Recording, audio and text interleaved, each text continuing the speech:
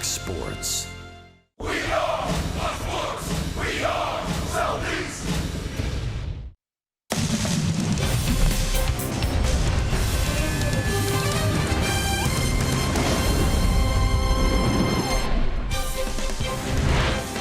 Wednesday Night Baseball in Philadelphia. The Braves finishing up a series with the Phillies. The Braves continue to play just magnificent baseball. Tonight's the rubber match, the third of three against the Phillies. It's Brian Snitker's first place Atlanta Braves taking on the Phillies. Hello, everyone. So glad you could join us for Braves baseball with my partner, Joe Simpson. I am Eric Collins. I'm filling in for Chip Carey. And, Joe, thank you so much for letting me hang out with you tonight and talk some ball. Yeah, it's going to be a good ball game because the Braves have been so good on rubber games, Eric, and we're glad you're here tonight. It's something old, something new in the pitching department, something borrowed, something blue. I think that's the way that all goes. So we're going to talk about the pitchers here. Luis Gohara, first of all, for Atlanta, makes his first start. He arrived on the scene, as you know, Braves fans, last year and was really impressive. But he's been really good out of the bullpen in his first 3 or so outings with Atlanta this year. He's ready to go. And you're seeing that tremendous breaking ball that was so effective for him last year. Hopefully that will be working for him tonight as well. There is his line for his 3 games this season. Only 2 hits. The earned run was on a home run, and he's already earned a save. And you see his numbers from a year ago. But the something old would be Jake Arrieta. This guy certainly has a reputation, as you know, from his days with Baltimore and with the Cubs. And with the Cubs, a couple of no-hitters, a Cy Young Award, a World Championship, and he's got great numbers pitching in this ballpark. He's never lost here at Citizens Bank Park. If there's something to look forward to, Eric, maybe it's the fact that he's coming off a bad start against the Cardinals. The Braves are hoping that will continue tonight. Braves would love to get a win here on a Wednesday night. They're going to have a day off tomorrow, and then they've got a big series over the weekend in Boston against the Red Sox. Red Sox currently with the most wins in all of Major League Baseball. Let's do it. From the city of brotherly love, we've got the Braves, we've got the Phillies. Our first pitch coming your way in just a moment.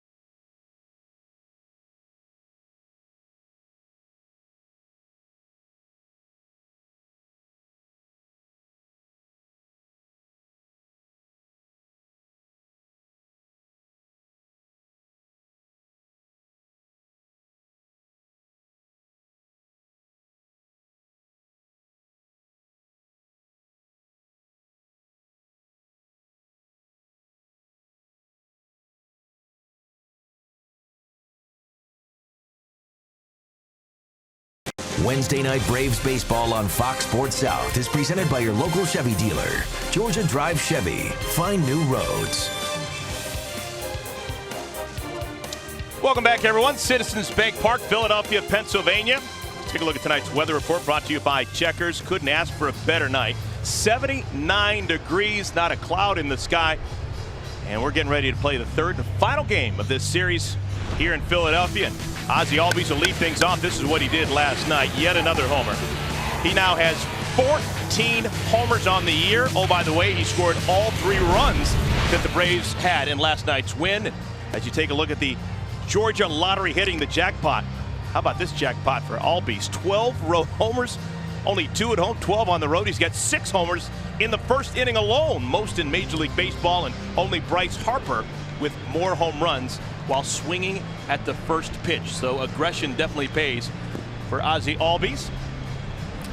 Here's a good look at Jake Arrieta facing the Atlanta Braves for the first time this year. He'll be making his 9th start, Eric. He is 3-2, 282. Take a look at these numbers, though, in this ballpark. 2-0 with his own ball club, a 107 ERA, but in his career here, an 0.89 ERA, a 4-0 record, an identical batting average against. That's quite odd, needless to say. 32 years old, 6'4", 225, out of Plano, Texas, and TCU. A couple of no-hitters to his credit, and that 2015 Cy Young. Braves have done good work against the Phillies this year. This is the 12th game. Braves 7-4 against Philadelphia. First pitch of tonight's game fouled away left side. Arrieta with a low 90s fastball, still throws hard. Good curveball and slider. Throws across his body. Kind of frisbees it across there.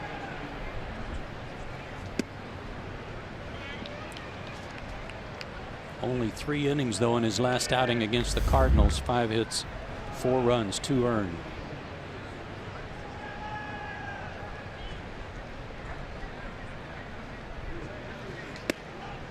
A little bit outside. 2-1. Albies, Acuna Jr., Freeman batting against Arrieta here in the top of inning number 1.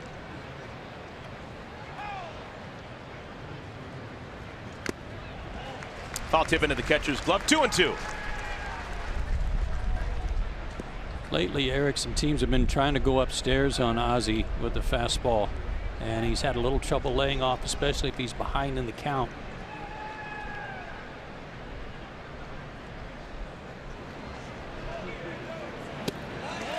Chased a breaking ball. There's your first out. Let's take a look at the starting lineup brought to you by your local Toyota dealers. Braves hitting .264 as a team. That is tops in the National League, averaging close to 5.5 runs per game. Acuna Jr. followed by Freddie Freeman. Nick Markakis in the cleanup spot. Kirk Suzuki behind the plate. Inciarte, Camargo, Swanson, and the pitcher tonight for the first time this year getting the start, Luis Gohara. Really no limitations on Gohara. Brian Snitker saying even though he hasn't pitched a ton this year, the thinking is they're going to basically let him cook until it's done. I think that's exactly right. He's pitched in long relief already. He's had as many as 3 innings. I think he's ready to go. Acuna Jr. showing a good eye. Laser beam double in the first inning of yesterday's game.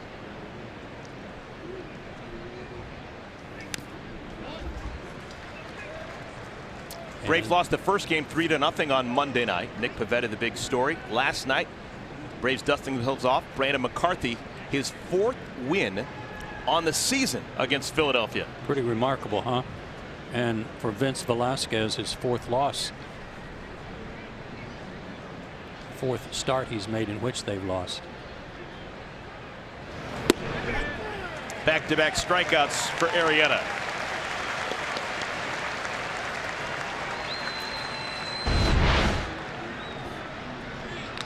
Fastball. That little tailing action on that, backed it up. It's actually one of the things that Arrieta hasn't done as well as he has in recent years is the strikeout. Yeah, there's some concerns about his his physical well-being last year, I know, but still put together a solid year for the Cubs. And he was there for the taking as a free agent in the offseason. Phillies won the jackpot by getting him. 3 years, $75 million. That'll work. Arrieta filling up that strike zone. Freddie Freeman, 326 batting average. The 9 homers, 35 runs batted in. It's going to have to battle.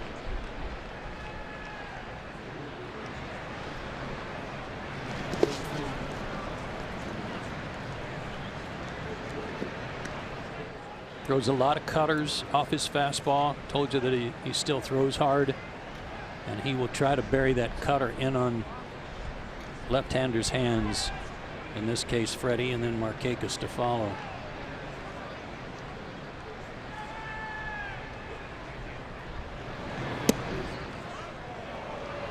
Count evens.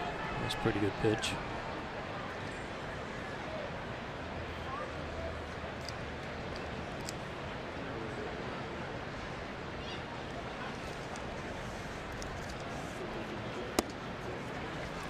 So Freeman works it full. 3 balls and 2 strikes. Freddie hasn't had a great season against him. 10 for 40, 250 average, 1 homer, 6 RBIs, but he's walked 9 times. Hit well into center field. That'll get down. Game's first base hit. 2 out, single for Freddie Freeman. We see that a lot. Not just Freddie, Eric, but from a lot of these Braves hitters who might fall behind in the count, but they don't mind hitting with 2 strikes. That 2-seamer trying to sink it down and away from Freddie, and he's on top of it. So man on at first for Nick Markakis. 2 for 7 in the series. On base percentage over 400 for Markakis.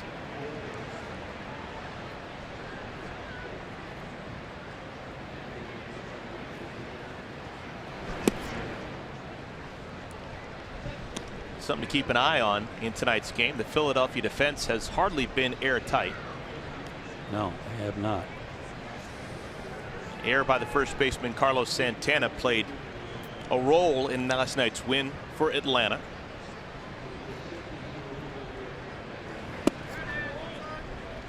Had a couple of different setups this inning already. They had a shift onto the left side for Acuna. They had a shift onto the right side for Freddie. Now they've just got Hernandez playing deep out on the grass at second base with the left side pinched up the middle. Something for everybody. Potpourri. How about that? Hit them where they ain't. 2 out base hit for Markakis. Did you see Franco? He was ready to throw his glove at it. Not bad. Couple of strikeouts followed by a couple of base hits. 2-seamer again, but left that one up enough. Watch Franco.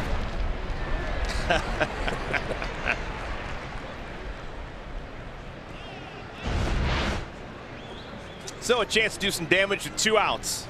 Here in the top of the first inning, Kurt Suzuki grabs a bat. 270, 6 homers, 17 runs batted in.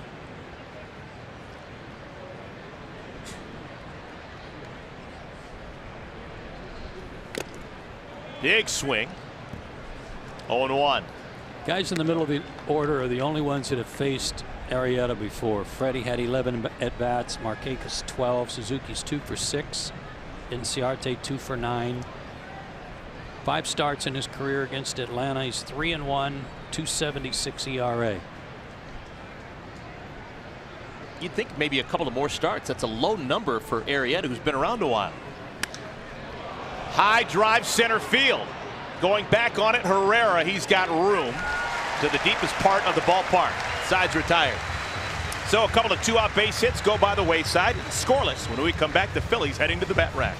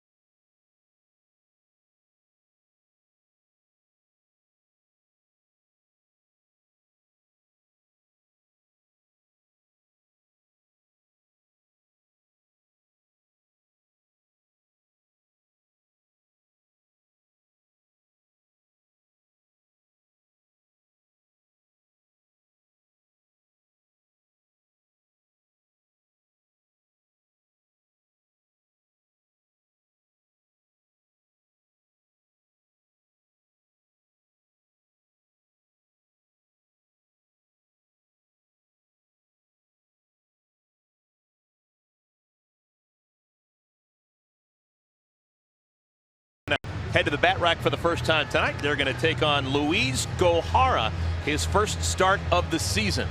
Last year, 5 starts for the Braves, 1-3. A lot of that ERA in his first game against Texas. He also, in those 8 walks, he walked 4 in his first start, and then only 4 total over his next 4 starts when he settled in. Just 21, 6'3", 265 out of Brazil. His 4 keys to pitching success tonight: back in the saddle, back where he wants to be, back in the starting rotation, and I'm sure feeling very good about this outing tonight against the Phillies. You saw in the video, if you were with us on our opening comments, he's got a devastating slider. He will try to use that tonight. He's going to take on a Phillies team hitting just .238 as a club. They average 4.5 runs per game. Cesar Hernandez, second baseman, takes called strike 1. The 3H boys here in the first inning: Hernandez, Hoskins, and Herrera to lead things off for the Phillies. Pitch misses high.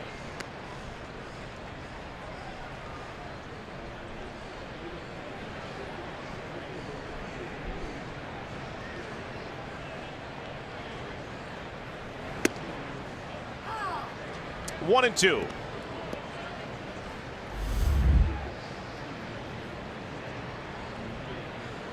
Phillies second place in the East, trailing the Braves by 1.5 games.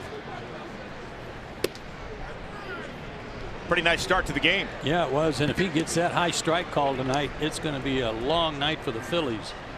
4-pitch strikeout. Hernandez out number 1. He'll take that all night from Tony Randazzo. Let's take a look at the starting lineup, brought to you by your local Toyota dealers. Gabe Kapler starts with Hernandez, Hoskins, and Herrera. Then he finally has a last name starting with H. Aaron Altair, Santana, Franco, Alfaro, Kingery, and Jake Arrieta. Very good hitting pitcher. Won a Silver Slugger Award a couple of years ago in Chicago. First ball swinging. Hoskins lifts it foul and out of play. This guy's been out of sorts. Started the year hot against Atlanta. They couldn't get him out first couple of series, but he's been struggling to find that groove again. His average really suffering as a result. 0 for 8 in the series, 0 for his last 10. On base percentage still way up there. He does draw the walk.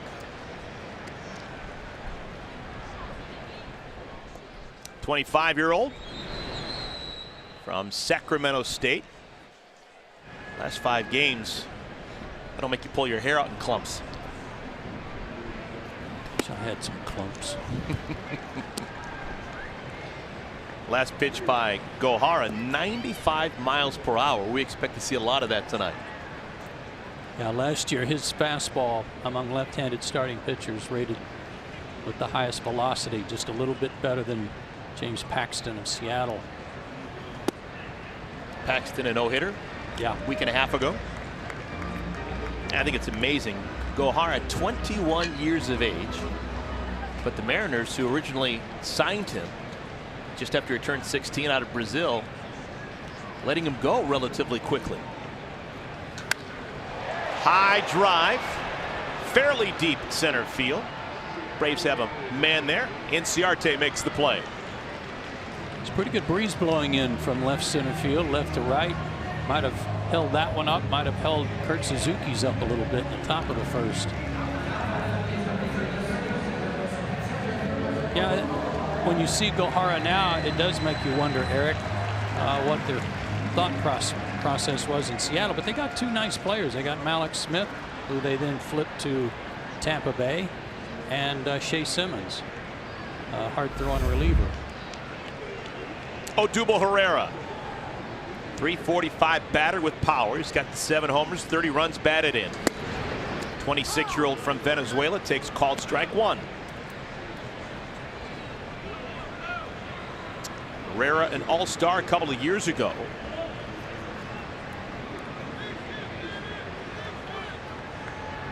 He's as good as it gets in this lineup for Philadelphia. 1-1. Gohara's only faced 4 lefties so far this year coming out of the bullpen. They're 0 for 4. But if you go back to last season, and including that 0 for 4, they're only hitting .087 against him overall. Very intimidating, and that slider very tough on him. Beautiful pitch, painting the outer half. Ball and 2 strikes.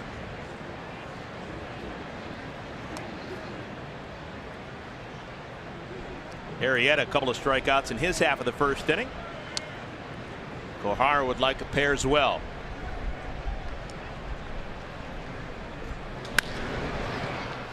Popped up just on the outfield grass. Play is made by Camargo, and the side is retired. 3 up and 3 down. Good start for Luis Gohara.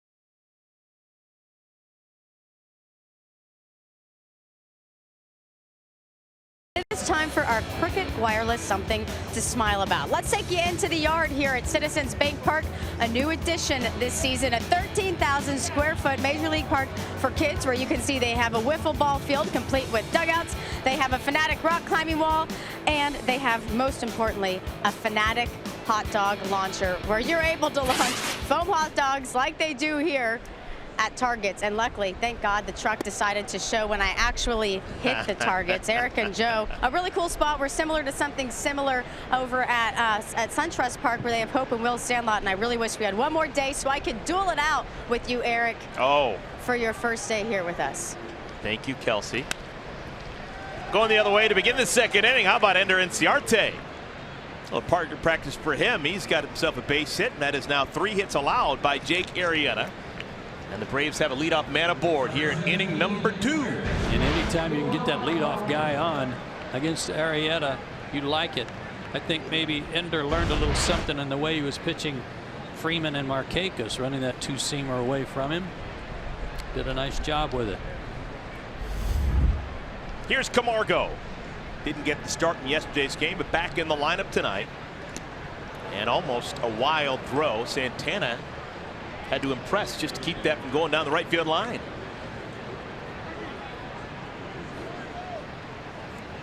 Phillies checked just about every play, make sure the umpires were right. They'll check that one. Left-handed batters doing the damage against Arrieta. 3 for 4. Freeman, Markakis, and now Inciarte with the base hits. Quick move. And those were close plays. Huge lead.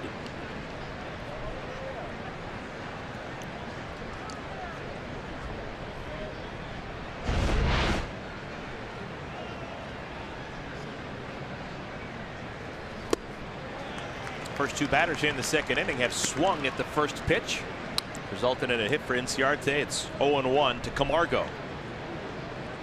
Alfaro behind the plate's had a good run lately. He's thrown out 6 of the last 9 base stealers. Arrieta's trying to help him out by holding Ender close. And yet another shift. 3 guys on the right side for Camargo. I think that's the first time we've seen that by any team.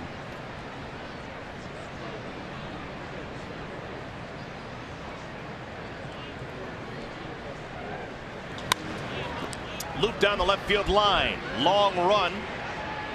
Hoskins can't make the play. It's only fouled by a couple of feet. Relatively a cavalier attempt by Hoskins. Guess he knew it was going to be fouled. He's made some good plays out there lately. Made a good catch here Monday night. The Rob Freeman of a hit.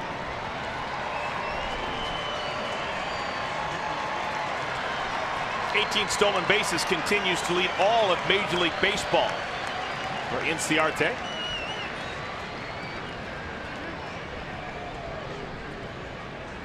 And it has definitely slowed down the roll of Jake Arrieta. Just the threat of the stolen base has changed the dynamic of the second inning.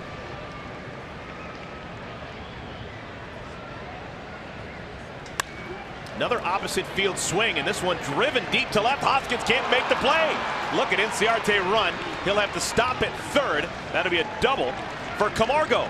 2 runners in scoring position with nobody out for the Braves. Well, you got to like what these lefties are doing, Eric, against Arrieta. I'd say their scouting report was that if he's going to work you away, be sure to go away. And another pitch that was a little up and away so they could reach it. That ball jumped off of Johan's bat. And a nice play by Hoskins playing this off the wall before it hit the ground. That's now the 4th base hit for the Braves, all by left-handers. Freddie Freeman's base hit went to center. The other 3 hits all going to left field. Something to keep an eye on.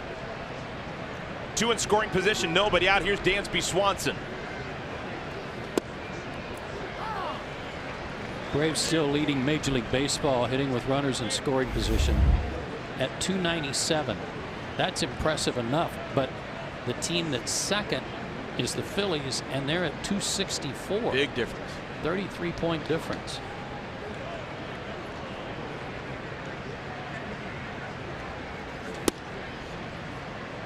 .95 miles per hour, missing outside. Runners in scoring position. Swanson doing his thing. Over 400 is the batting average with 13 runs batted in. Had a rough night last night, fanned 4 times. He'd like to get back on track tonight and has a great chance right here.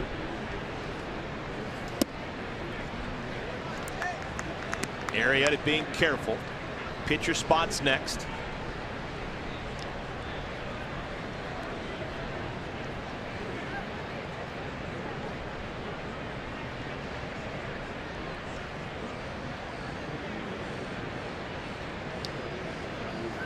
Hard. Backhanded Franco. Bobbles it, throws to first, still gets his man. Tough out for Dansby Swanson. Can't hit it much harder.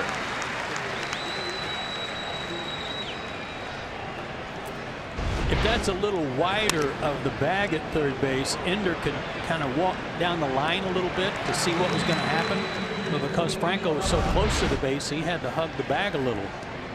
No way he could try and score. Well, now the pitcher, Gohara, grabbing a bat, and the infield will come in. Infield was not in with Swanson, the batter. Gohara looking for his first big league base hit.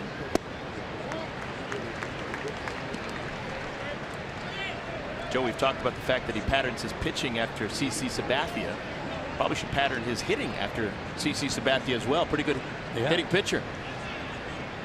Well, he's a great big guy with a bat in his hand. Just make contact. Run into one. Nubber. That is a foul ball, and Carlos Santana's thrilled. That went right through the wickets. It's maybe getting mental for Carlos Santana. He's made an error in 4 consecutive games. Well, I'm sure when he saw it bounce in foul territory before it got to him, it made him feel a little better. He's had a tough time of it. Errors in 4 consecutive games is hard to do for a Major League first baseman. Braves have been going on contact quite a bit with their fast runners. I didn't see Inciarte break there, but if Gohara puts it in play, we'll see if Ender's going. He's right on top of the plate. Chased a breaking ball. So the Braves in trouble of having a promising beginning to this inning slip through the fingertips. 2 down now. That's kind of what happened last night in the 4th inning. Loaded him up, nobody out, and Velasquez stepped up and struck out the next 3 guys. Now the Braves had the right man up. Ozzie Albies began the game with a strikeout an inning ago. Runner at third, Inciarte. Runner at second, Camargo. He doubled.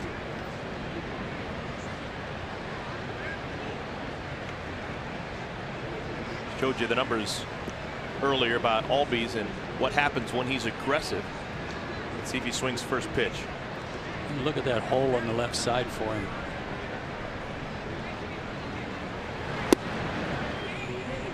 Scouting report out. Breaking ball on the first pitch to Albies, misses low. I can understand why when we show you those numbers on his home runs and how often he connects on the first pitch. Well, with 3 guys on the right side of the infield, they're taking a huge chance. He's not going to dribble one to the left side.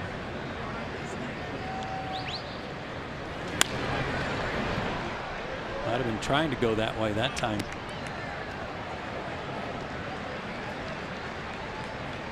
"21 years of age. This is a case where for the Phillies, if they're going to take this kind of chance with all these guys on the right side, they got to really count on Arrieta to pitch to the shift and try to get Albies to pull the ball. Misses high and outside, 2-1.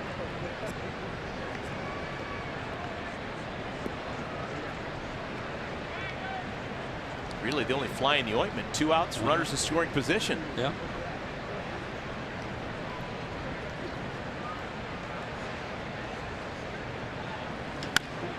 Bouncer, Santana backhands it, a little bit of a snow cone, and the play is made at first. Braves can't score. Couple of base hits, no runs. Inning and a half scoreless in Philadelphia.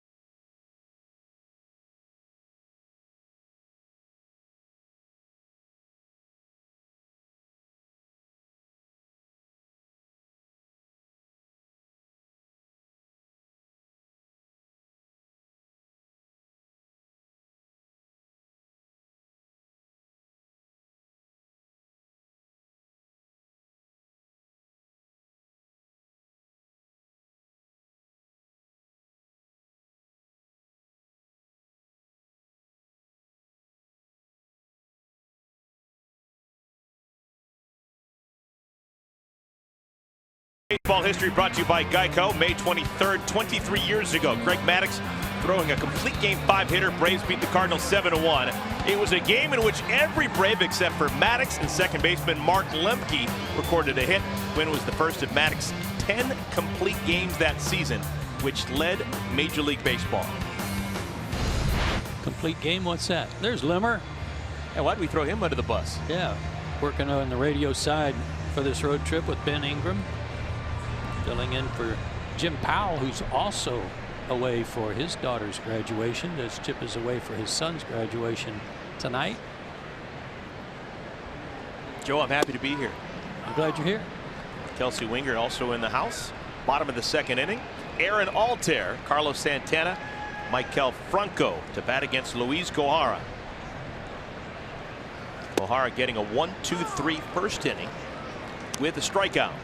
It's not often in May, late May, you get first and second place team on a beautiful night, rubber game of the 3-game series, and a pitching match like we've got tonight. I wouldn't come for anything less. Braves this year, and I'm sure you've got this down, as there's another strikeout for Gohara, his second. Both of them have been looking. Braves are 7-0 in rubber games of series this year. There's a slider, good one. Yeah, they've done it in different ways. You know, they've come back losing the first game, win the last two. They win the first two, maybe drop the third, but they've done a good job. They got swept by the Giants at home, and they lost the series in Washington. That's it. Here's Carlos Santana, swings at the first pitch and laces it into center field. That's the first base runner for Philadelphia. 1-out single for Santana. And Gohara, who had thrown first pitch strikes to the first 4 batters, did it to the 5th, and it results in a liner to center for Santana. Hit it hard too. I'm sure Luis is glad it was not right at him.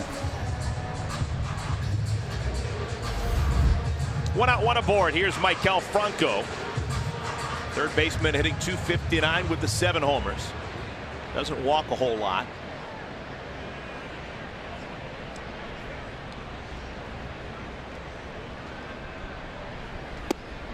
He chases the first pitch. Took a little off that one too. That was nice. Pretty much a dead pull hitter. He wants to pull. The Braves have Camargo and Swanson bunched a little bit on the left side. Chased again, off speed, 0-2.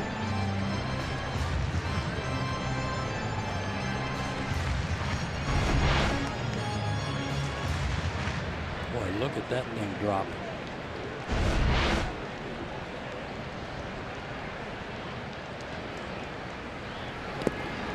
I believe this is your first time to see Gohara, correct? It is. And the resemblance to CC Sabathia is uncanny, isn't it? It's unbelievable. Yeah.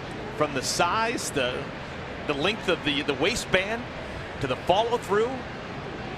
Even when he walks off the field, the way he takes off his glove when he crosses over the baseline, it's almost identical. The mannerisms I can't get over. Well, he watched a lot of Sabathia as a kid, and because of their similar physiques, patterned what he did after him. I think CeCe's got his hat a little bit more off center than Gohara. But that's about it. And if Gohara wins half as many games as CC Sabathia has won, Braves will be thrilled. No doubt.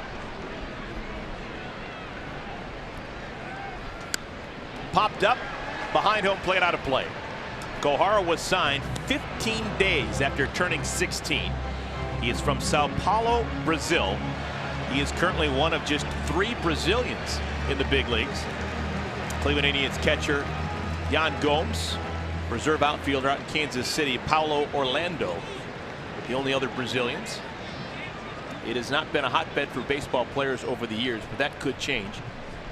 There's a lot of people who live in Brazil, and the game's starting to catch on. Bill Welke was just warning Gohara about separating his hands after he toes the rubber, because that could be called a balk. Why the warning as opposed to just bringing him up for a balk? I'm not sure, because he does it every time, and that may sometimes they allow a guy to do something if he does it the same way every time. And now he's not going to put the ball in his glove until he gets set.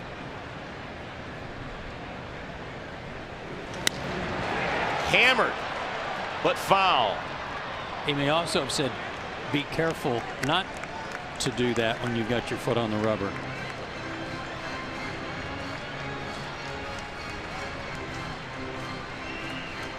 Jorge Alfaro on deck. He'll be followed by Scott Kingery.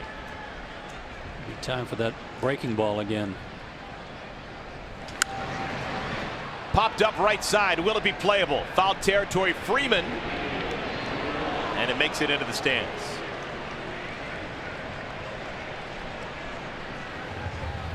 It's been a good at bat for Franco. Remember, he began this at bat 0-2. Looked pretty bad on some breaking balls. He's now wasted a couple, and he'll be expecting pitch number 9.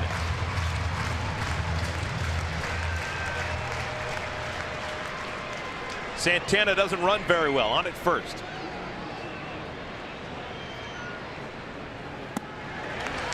Pretty nice at bat for Franco.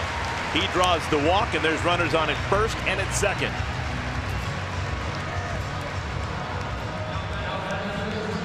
First walk allowed by Gohara.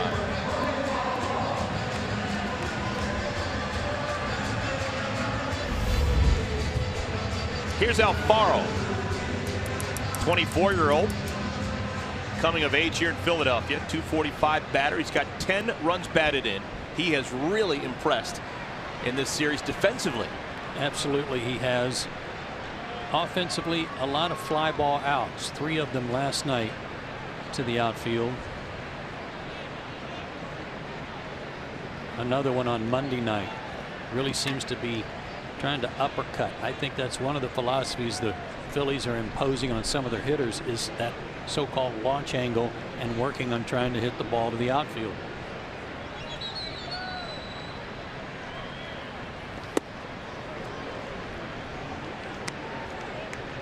Gohara has now thrown first pitch strike 1 to every single batter he has faced. It's outstanding.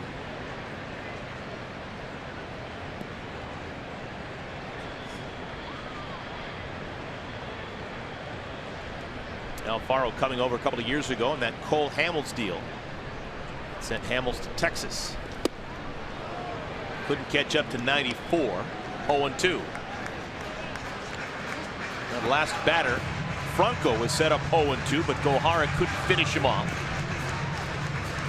Let's see if the 21-year-old's learned something. Another one up too, near the top of the zone.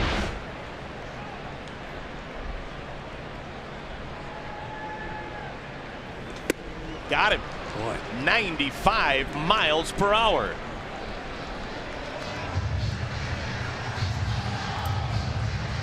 Three straight fastballs, threw them right by him.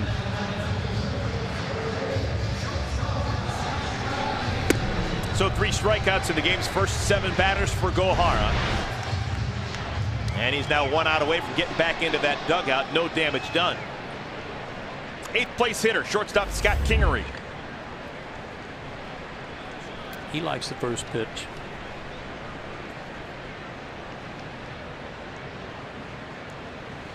He's the 4th Philly in a row to swing at the first pitch.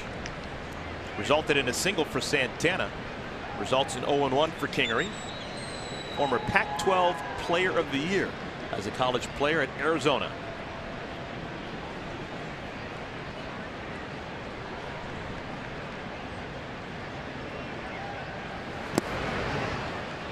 So nice. After the walk to Franco, Gohara filling up that strike zone. I guess that wasn't a strike, but he has thrown now 5 consecutive strikes with that swing and a miss. Yeah, it was a beautiful back foot slider, similar to the first pitch he threw in.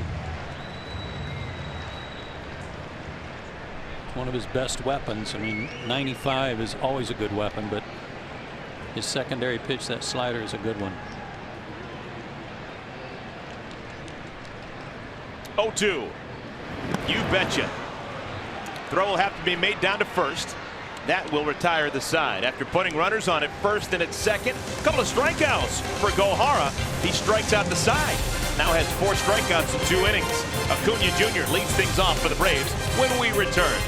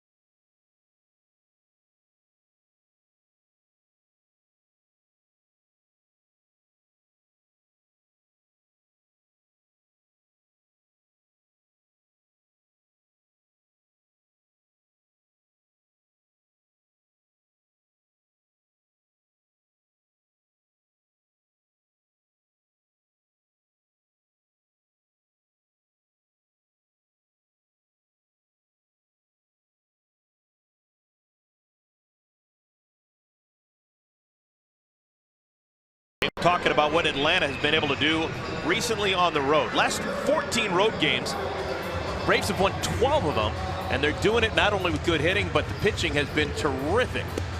That's where I go, Eric, is that starter's ERA at 176. So that's roughly 3 times through the rotation, and those guys are all doing the job. We've made it through a couple of innings with no score. Braves have threatened in each of the first 2 frames, 2 runners aboard in both the first and the second, but yet to punch through against Jake Arrieta. It'll be 2, 3, and 4 in the Braves lineup: Acuna Jr., Freeman, and Markakis. Called strike 1.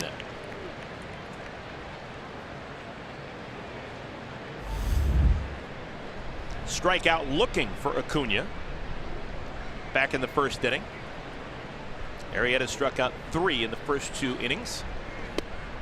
And he's got Acuna set up now. 0-2. Nice change up there.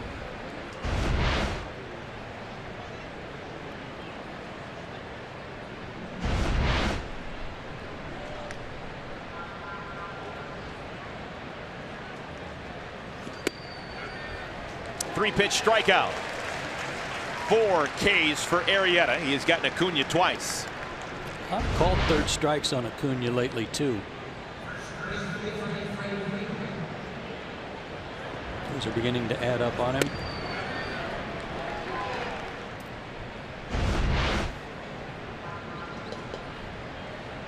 Here's Freddie Freeman.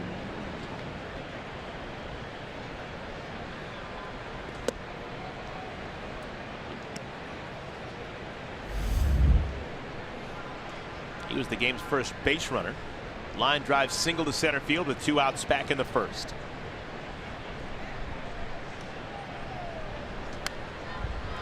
Didn't mean to. There again, though, pitching against the shift, pitching away, up and away. He's been missing upstairs and away to these left-handed hitters.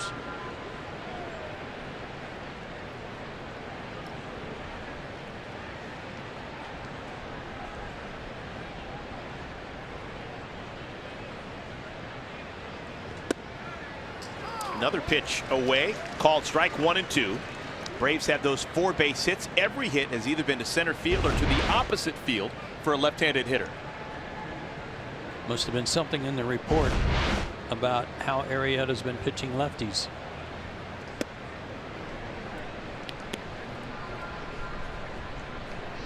How far away from the 2015 Cy Young Award winning form is Arrieta nowadays? A little bit. I mean, the total domination of that year, I mean, that might have been the best contact all night. Would have been a foul ball. The second half of that season, remember, his ERA was like 0.75 or something. Koufaxian. Yeah, I mean, it was the lowest second half ERA in history. He didn't even make the All-Star team. Is that right? I didn't remember that. Didn't make the All-Star team the year he won the Cy Young. Wow. He was a relative throw-in when the Orioles got rid of him. They sent him to the Cubs along with Pedro Strop, and actually the big part of that deal was some of those international slots. Right. To sign international players, which the Cubs were big on back then. But Arrieta found something on Chicago's north side, and he was terrific for a season and a half. And threw a complete game shutout in the wild card game to get the Cubs started on their postseason. 3-2. Freddie swings and misses. Back-to-back strikeouts for Arrieta to begin this 3rd inning. He now has 5 strikeouts. That looked like a cutter, and it was. Moving just enough. Not a hard slider, no tilt to it. Just moving right to left just a little bit to get it off the barrel. So Arrieta's faced 12 Braves. 5 of them have struck out. And that's saying something, because only the Pittsburgh Pirates, with fewer strikeouts as a team than the Braves so far this year. And Atlanta had a ton last night. 14 of them. It wasn't a season high, but it was close to it. So the last 2 nights, the Phillies have struck out a lot of guys with tomahawks. Bad lighting here at Citizens Bank Park. I guess so.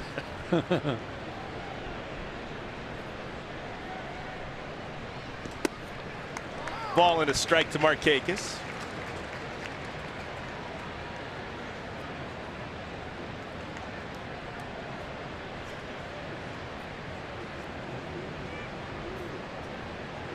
Braves are cooking for a while. 4 hits in the first 7 batters, but now 5 in a row have been retired. 2-1. Anytime you get a pitcher of his quality on the ropes, second, third, in this case, nobody out, you got to capitalize. Unfortunately, Dansby hit that ball like a shot right at Franco. Was the difference in the inning. 2-2. Markakis was teammates with Arrieta playing in Baltimore.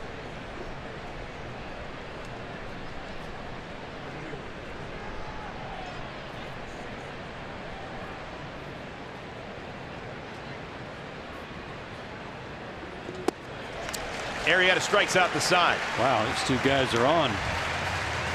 6 strikeouts through 3 innings for Jake Arrieta.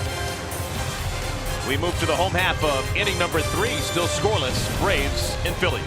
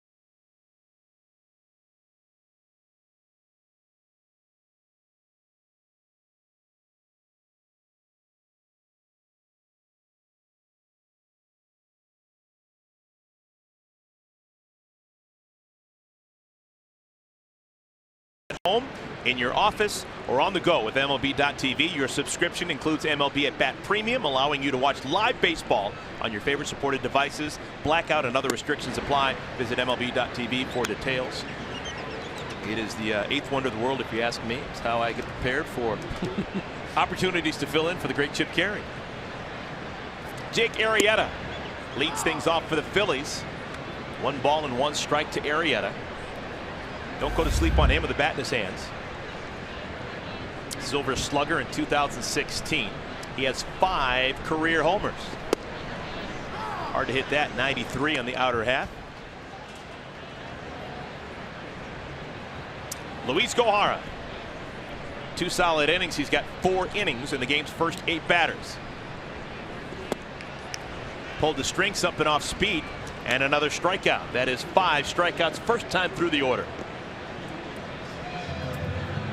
Like I said, both these guys are on. One from one side, one from the other. All right, Joe, second time through the order. Is it Gohara's job to change something up, give them the Phillies a bit of a wrinkle, or just wait until something changes? I'd wait till somebody shows me that you can adjust to what I'm doing. You know, he threw some good fastballs that were taken. We've seen a lot of first pitch swings to put their hitters in holes. The key to me is that he's pounding the strike zone, and so far they only have 1 hit out of it. Cesar Hernandez. Big day for him. It's his birthday. 23 years of age. I guess that would make it his golden birthday, right? When your date of birth, when you turn the year of the month it is. If you're born on May 23rd, okay, and this is your 23rd birthday, I think that's called your golden birthday. It'd be gold for me if I was 23 again. I know that. 23. He's a good player. Solid player.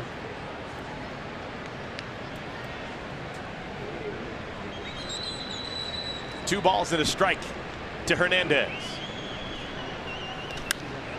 High drive, deep right center field. Inciarte going back on the track. Makes the play. Nothing but a loud out. 2 down.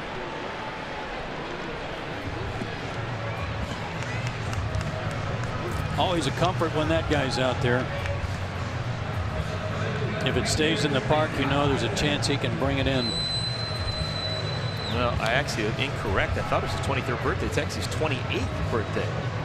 I wrote down 28, and my 8 looks like a 3, I guess. But it is still his birthday. Well, just no longer his golden birthday. He's got.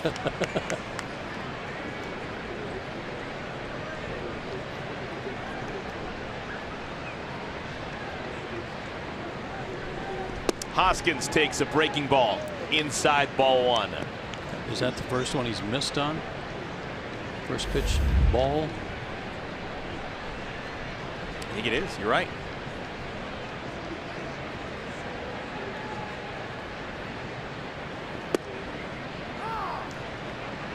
I know there haven't been a whole bunch of balls put in play, but every out has either been a strikeout or a fly ball out. Is that kind of who Gohara is? It is. And like that pitch, that was 90 at the bottom of the zone.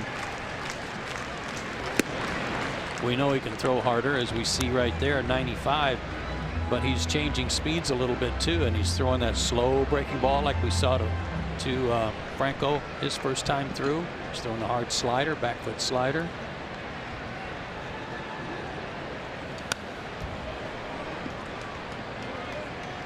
Two balls and 2 strikes. Another strikeout for Gohara would be 6 through 3 innings.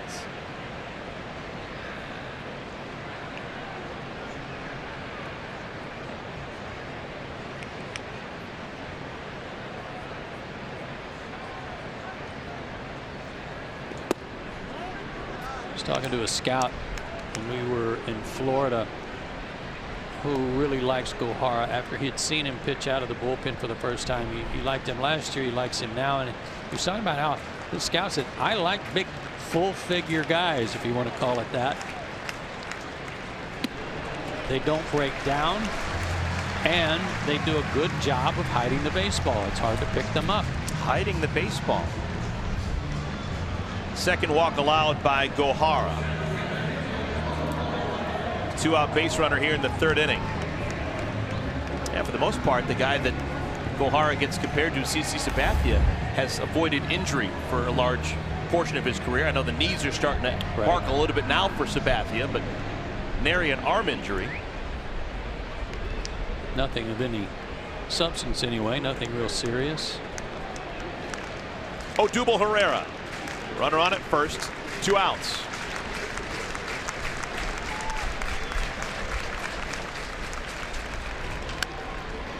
Over the glove of Gohara, and Dansby can't make the play. Was trying to tag Hoskins on the way by and didn't get the benefit of the doubt. And somehow Hoskins did not go out of the base path. I'm amazed at that. Gohara actually mistimed his reach for it and probably should have had it. That's interesting. I'm not sure how that wasn't an out.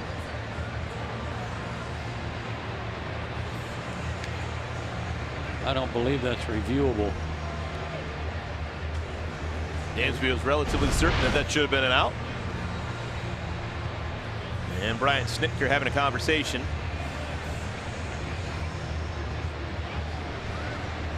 You know, I've been told in recent years there is no defined baseline. The baseline is what you make it as a runner. Well, he definitely had created his own baseline running straight toward the bag and then ran out of that line by a considerable amount. So that's going to be scored a base hit for Herrera. I thought that maybe that would call that a fielder's choice. I think Dansby Swanson may have had Herrera at first base if he chose to throw it there. He certainly did, Eric. He had a play there after the miss. So the inning continues. 2 aboard, 2 outs. Aaron Altair. Ball 1. 27-year-old, born in Germany, raised in Phoenix, Arizona.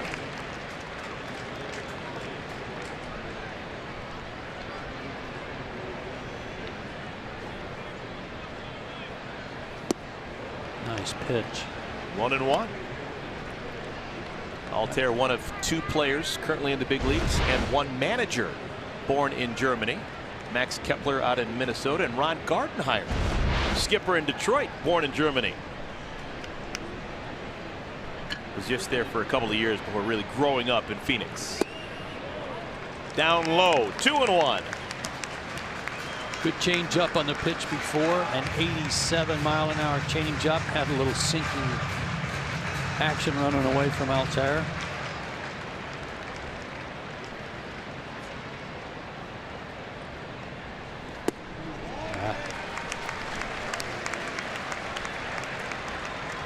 Three and 1. Santana on deck. He singled an inning ago. The thing about the play that Swanson tried to make on Hoskins is that there's 2 outs in the inning. If he didn't even look at that base runner and just flips the ball to first, the inning's over.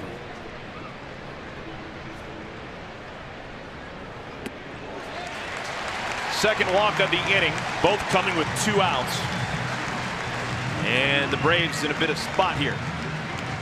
Bases loaded. Carlos Santana coming into bat against Gohara.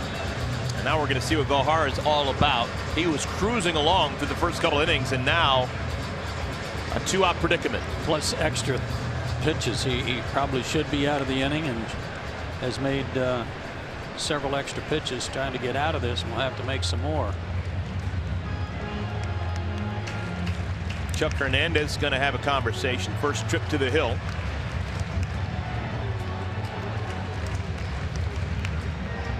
Pitcher, catcher, and shortstop Dansby Swanson involved.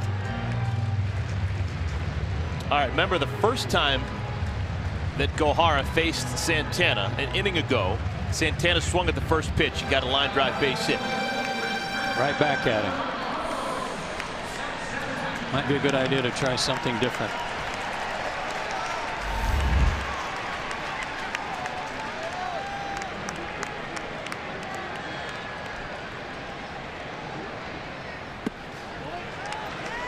They did. It wasn't a good pitch.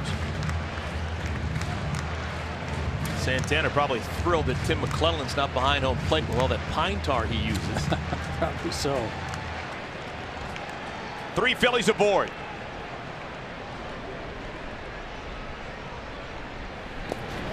Good block by Suzuki. Got enough glove on it to keep it close.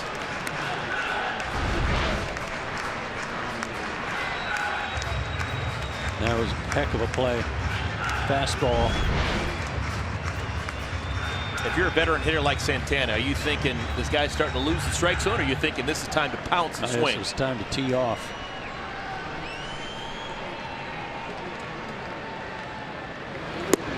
He takes a strike, 94 miles per hour.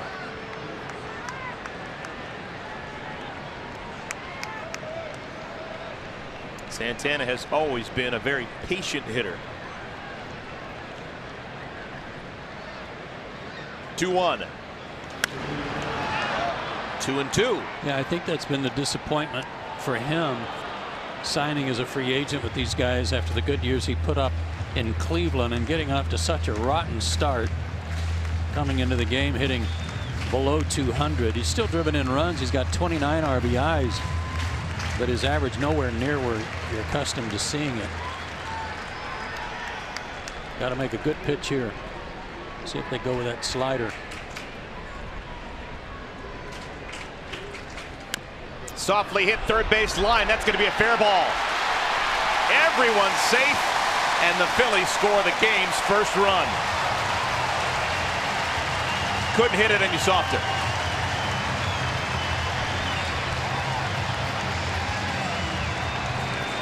Phillies have scored at 2 outs without the ball leaving the infield. Well, there's been a lot of that going around the last couple of nights. Phillies have had several swinging bunt hits, big high breaking ball. And even though Santana doesn't run well, no chance for Camargo.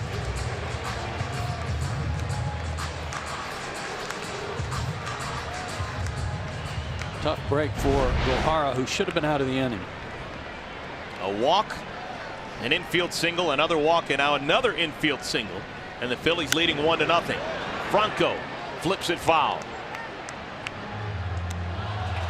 Franco's probably had the best at bat against Gohara so far in today's game. He was down in the count 0-2 an inning ago and eventually worked a walk. Absolutely, he did. Saw everything he throws, too.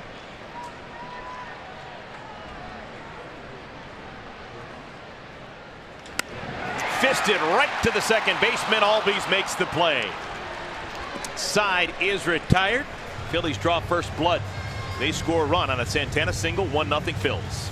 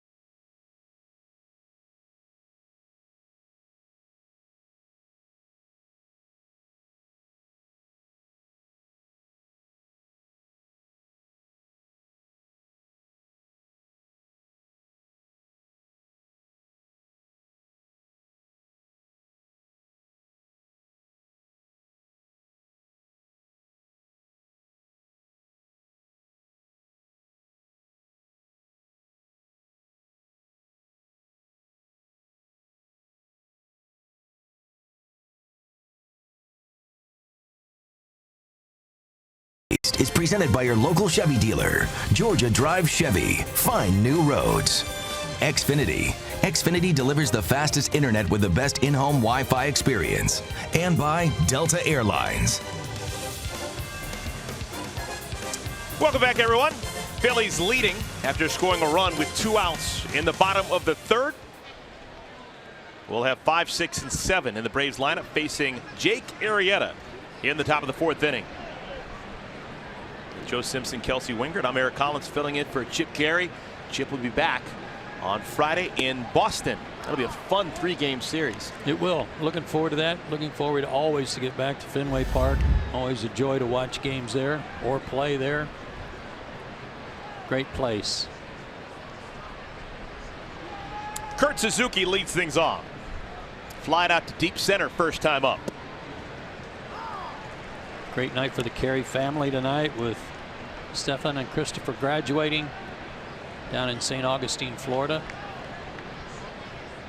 Be a big party tomorrow. Or so I'm told. Off the end of the bat, foul. Eric Young a couple of years ago would have got that relatively easily. The times have changed for EY.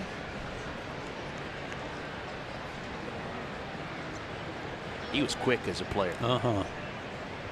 Quick as a football player. Oh, yeah. Rutgers Scarlet Knights. Sharply to the shortstop, Kingery. Bobbles. Has enough arm. Out number 1. Nice play by Scott Kingery and a great stretch by Santana. getting to play a little more consistently at one position right now with J.P. Crawford on the shelf with a sore arm. Nice recovery there. Kingery's normal position, second base, but he's not going to play there right now. Not with Hernandez. Inciarte singled his last time up. That led off the second inning. Braves had runners at second and third in the second with nobody out, yet couldn't score. Had a chance. Swanson hit the ball hard. Grounded out to third, and then the strikeout by the pitcher Gohara, and Albies bouncing to first to end the second. Since that time, 3 strikeouts in the third inning, and then just a moment ago the ground out to short. Yeah, those runners left at second and third already looking large. Since the double given up by Arrieta in the second inning to Camargo, he has retired 7 in a row.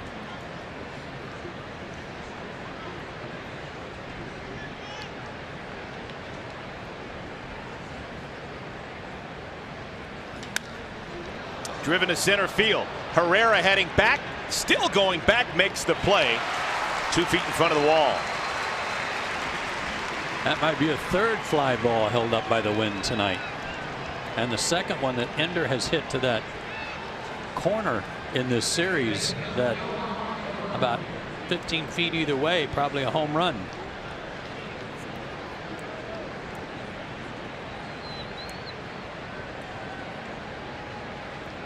Here's Camargo.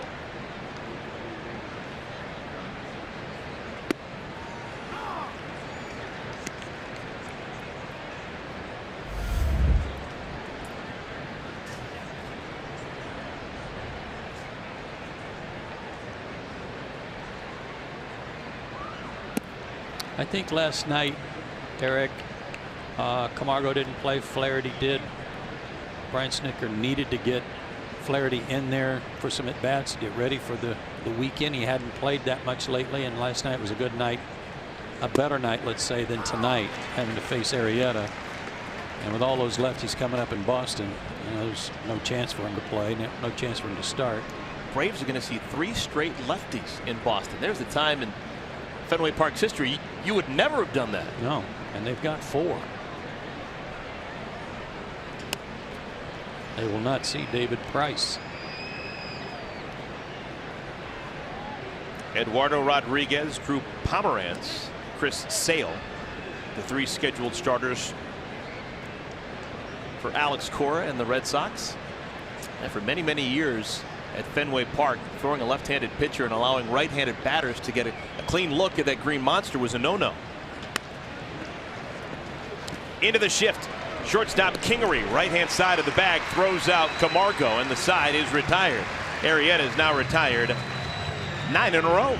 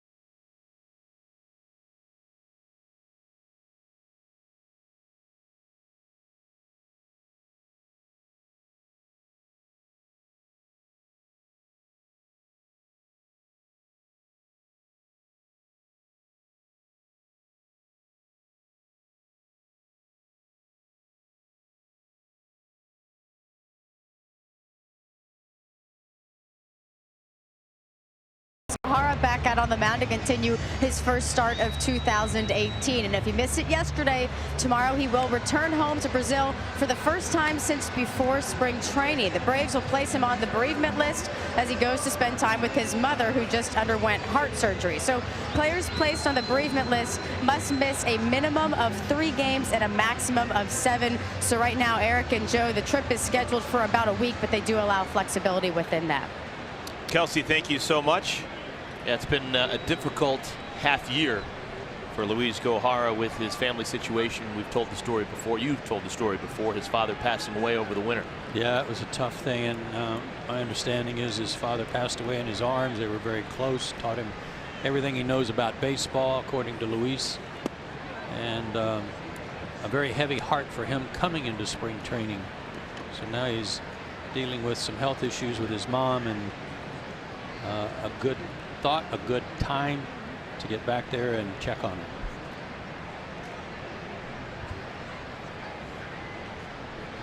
Alfaro comes up empty, a ball and a strike. Gohara still with that good fastball, 94 miles per hour. We've seen 95 on occasion this evening. He's got a chance to right the ship here in the 4th inning. He'll face the bottom 3rd of the Phillies order.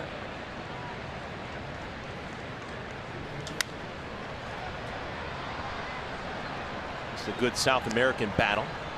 Alfaro is from Colombia. Good call, yeah.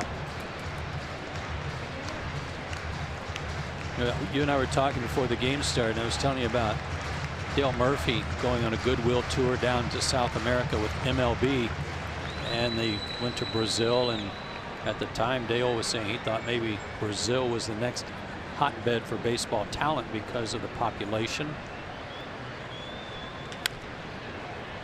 because of the athletes, and because there's just not room enough for everybody to play soccer. I got to find something else to do. Instead of playing on the pitch, learn how to pitch. Yeah, there you go. Yeah, not a lot of Brazilians in the history of Major League Baseball, currently 3. There's been a handful more Colombians. Edgar Renteria, Holbert Cabrera. We have our own in Julio Teheran.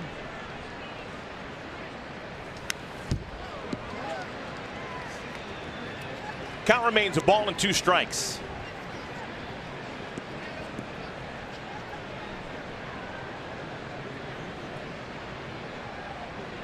Gohara, an interesting mix. His mother Brazilian, his father Japanese.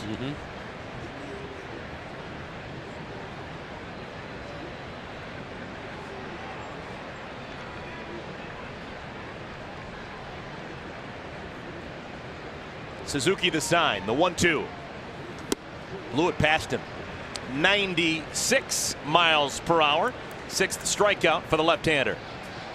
And Alfaro having a hard time with that fastball. He struck out on 3 fastballs his first time.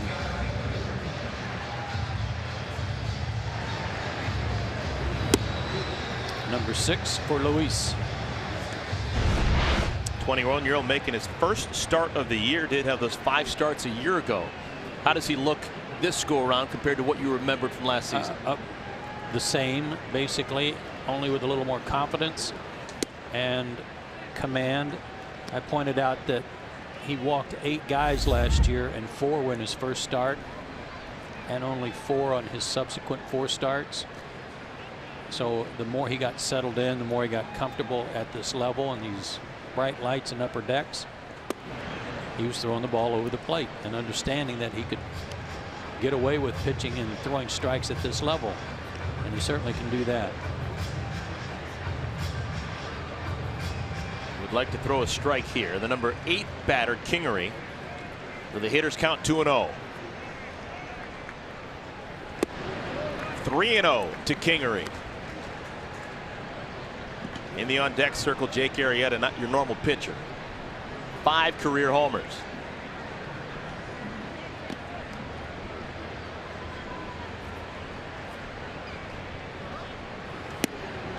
Four-pitch walk to Kingery. Shouldn't have bragged. 4th walk allowed by Gohara.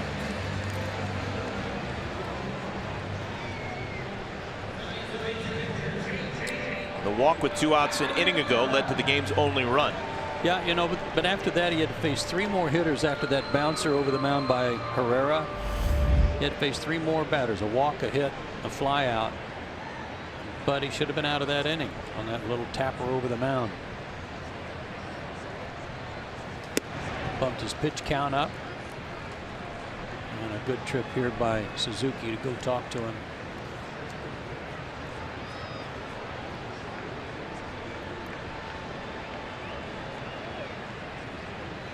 "26 pitches in the 3rd inning.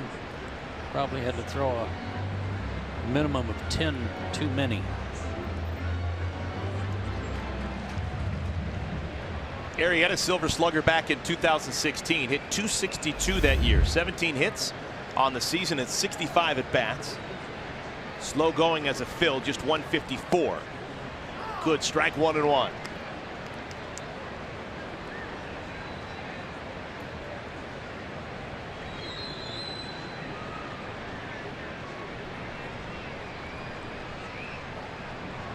Arrieta took a long time to sign during the offseason. Left the Cubs. Chicago didn't have much interest in re-signing him at the number he wanted. And it was a tough weekend, or tough winter for free agents, and Arrieta was part of that mix, was a late signee here in Philadelphia. Kurt Suzuki wasn't sure he caught that or if it caught him. Watch Kurt, he's looking to see where it went. Oof, backhanded. Yeah.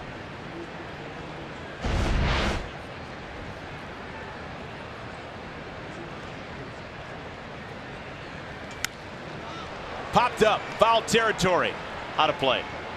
Arrieta made it pretty clear too, Eric, that he signed with the Phillies because of the family atmosphere, quote unquote, that he liked the way things were set up here for families when they come to the ballpark, family rooms, kids play rooms, attendance, things like that, so that his wife could enjoy the games when she comes to the park. He said that was an important factor.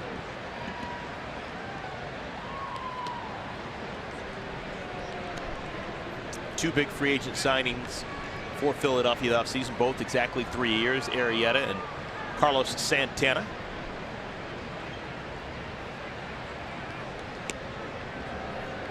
What's Gohar's move like to first base? Just so. You saw his A move right there.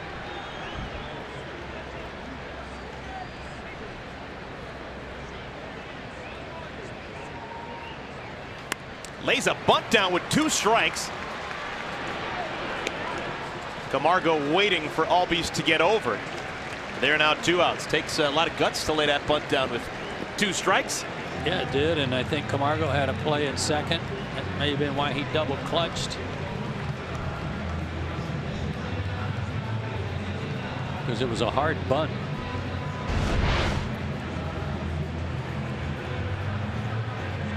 Oh, most definitely.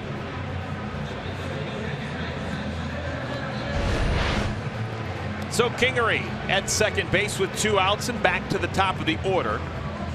Cesar Hernandez will bat his third look at Gohara.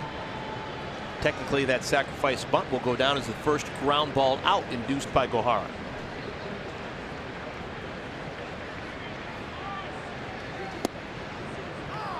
Third time through the order. 82 miles per hour. Strike 1. Good first pitch too to an aggressive first pitch hitter. Hit the ball hard his last time up. Hits this one hard, and that'll make it to right field. Kingery being waved around third. He'll make it without a throw.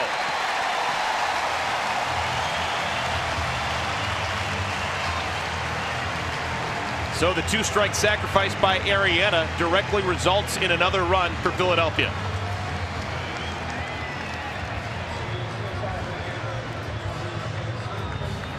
Well, a nice piece of hitting by Hernandez to go the other way and get the run in, but that's 2 innings in a row where the defense made some mental mistakes that cost him runs in each inning. The play by Swanson with 2 outs last inning, and the hard bunt here where Camargo had a definite play at second. I don't know if he didn't get any instructions to throw to second or just held on to it, but both times it led to a run. Phillies taking a page out of the Braves book with their 2-out magic. Yeah.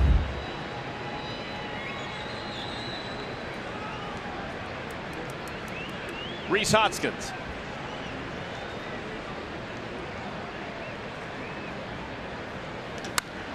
Clubs this one deep to right field. Markakis back into the corner.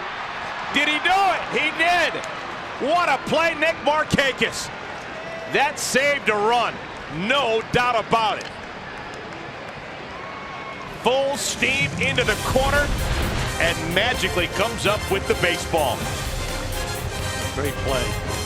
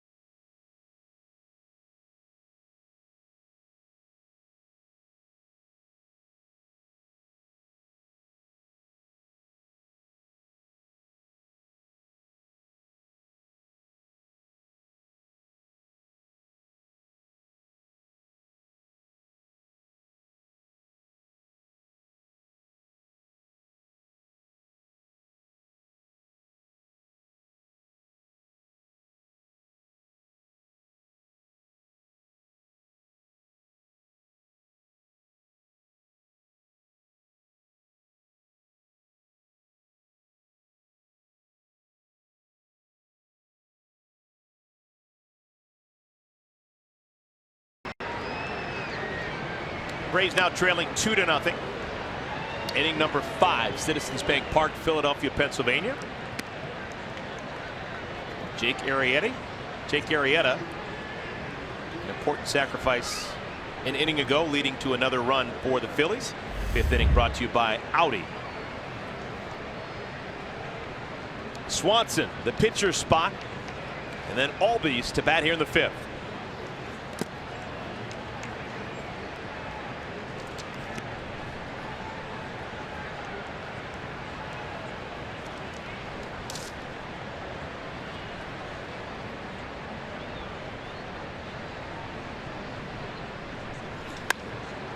Driven straightaway center field. Herrera makes the play. Swanson hit it hard. He's now 0 for 2. That's 10 in a row. Set down by Arrieta after getting out of the 2nd inning. Sam Freeman getting loose in earnest now as he'll come on more than likely. We're going to have a pinch hitter. Gohara, he's done. Ryan Flaherty will be the pinch hitter. So Gohara out of the game after throwing 4 innings. And he was impressive. Really just a couple of hiccups. One in the 3rd and one in the 4th, and maybe some other defensive decisions being made, and this would still be a scoreless game. No question. I think he's got to be pleased, and Brian Snitker as well, about the way he pitched tonight.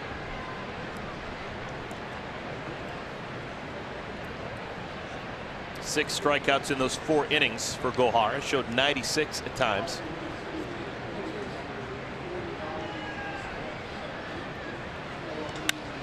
Flaherty loops it over the second baseman's head and into right field. 1-out base hit for the pinch hitter.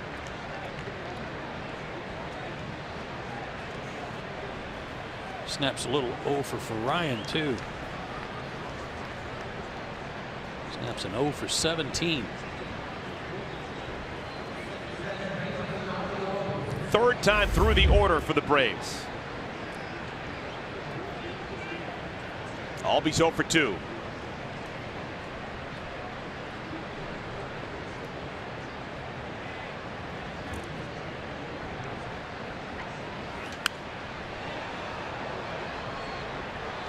Homer number 14 last night for Ozzie.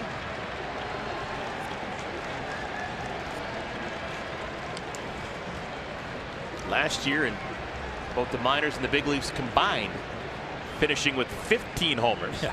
It's one away from that, and we haven't even reached June. 9 of them left-handed, 5 right-handed. Good pitch.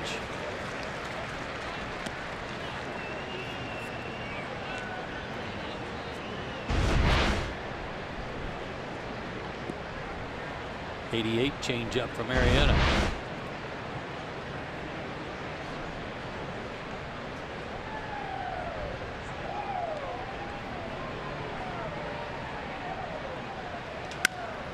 Softly right side. Could be 2. There's 1. There's the second. Nice play by Hernandez. Flaherty ran into first out, on to first to end the inning. Back in a moment.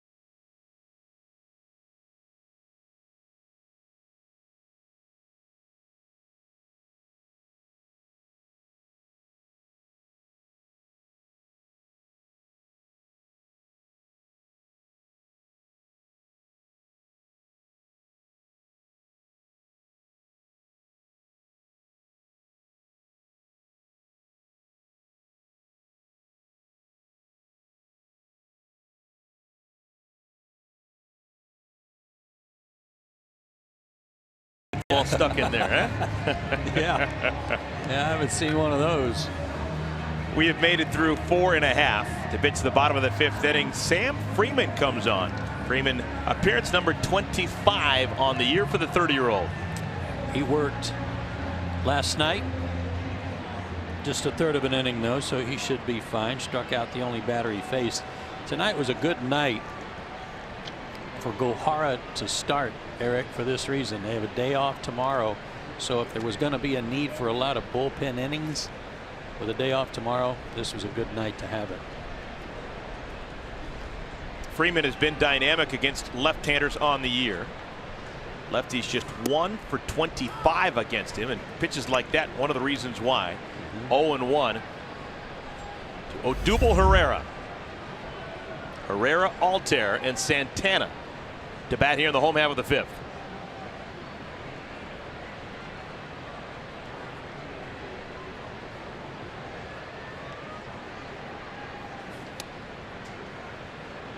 Oh, 2 tied him up inside. Talked about Herrera last night against lefties and how he's thinking going out around everything. He's trying to go out around anything away and still hit it to right field. If he's going to bail and flail, he's going to be trying to hook it. On 3 pitches, Freeman gets the strikeout.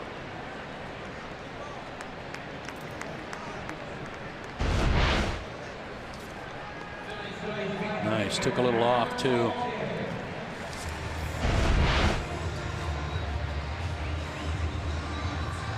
Third strikeout for Herrera. Here's Altair. Has put the ball in play. He struck out and walked. That was against Gohara. Called strike 1, so that's 4 consecutive strikes by Freeman since coming out of the pen.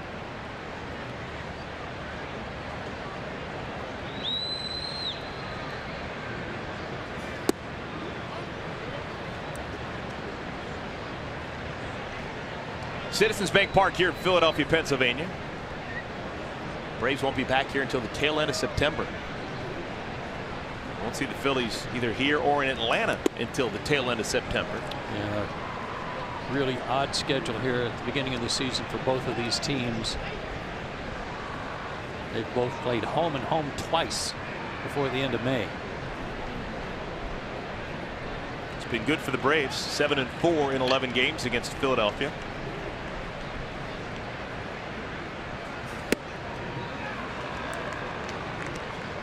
Braves against the NL East have been dynamic, 20-10.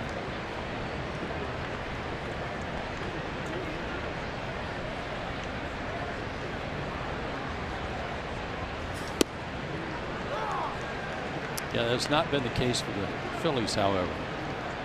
Phillies have not fared well in their own division. Just 9-15. 3-2. 1 out walk to Altair. Second time that Altair has walked in today's game. Sorry, Eric. Sam thought that was a pretty good pitch.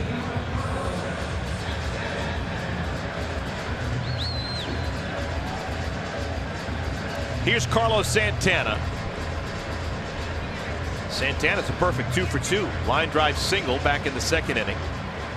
Last time up in the 3rd with the bases loaded and 2 outs, couldn't hit it any softer. Just rolled it down the 3rd base line. Got an infield base hit, and that scored the game's first run.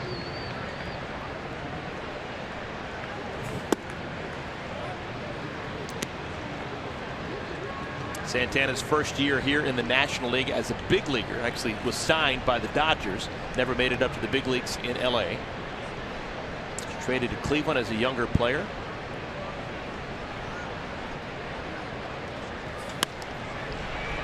Softly hit second baseman Albies. Could be 2. Nope, no throw to first.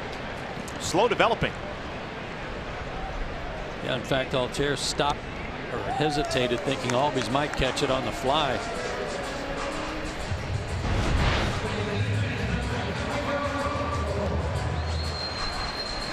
So they only get 1.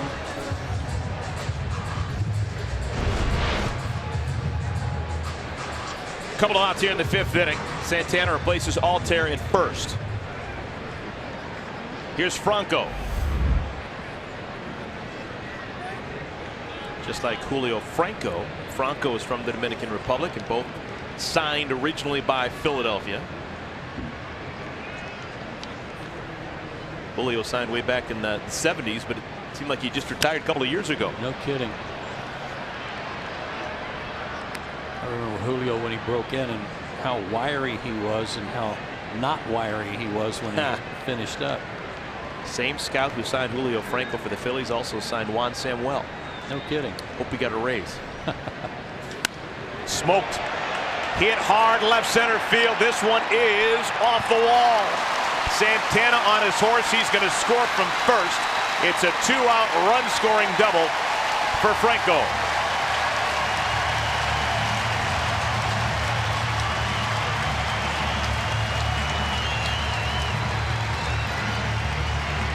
Two excellent outfielders out there playing this off the wall, ready for the carom, and it took a funny bounce off the wall, and that's what allowed Santana to circle. They're all ready to play it off the wall. Look where it bounced. It bounced completely back where Acuna was. It may have hit one of those wedgies, Eric. I'm not sure what happened there. From this angle, it should have carried him right to Inciarte. He was ready to play it perfectly. Third consecutive inning, Joe, that Philadelphia scored a 2-out run.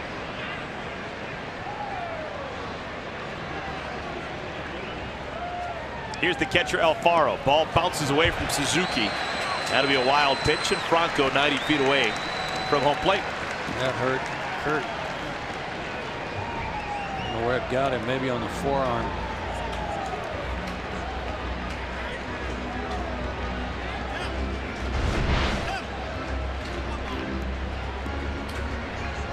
Oh man, right above the glove on the thumb.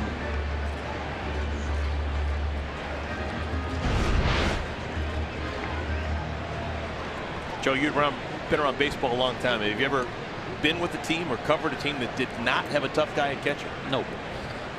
They've got to. Either that or they got to be brain dead, to put the gear on and get back there.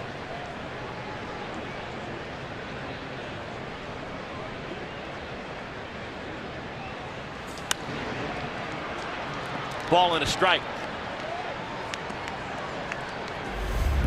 It's funny you say that, though. I mean, it's almost like they're not allowed to show any anguish or pain, and heaven forbid they come out of a game. Yadier Molina a couple of weeks ago was just hammered in the midsection, and it looked like coming out of the game was the furthest thing from his mind, but he needed to be physically helped off the field. Yeah, he had to have surgery.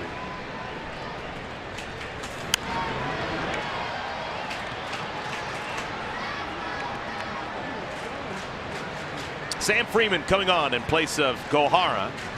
Struck out the first man he faced in Herrera. Then the walk to Altair. Fielder's choice force out at second. And then Franco hitting an RBI double, scoring Santana from first. Wild pitch puts Franco over at third. Ball and 2 strikes.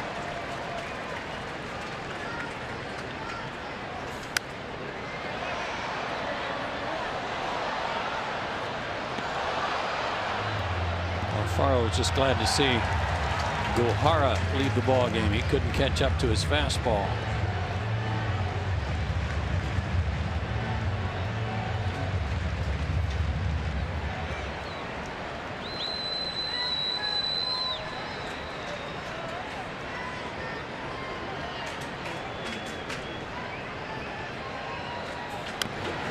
Took something off, and it's fouled at the plate.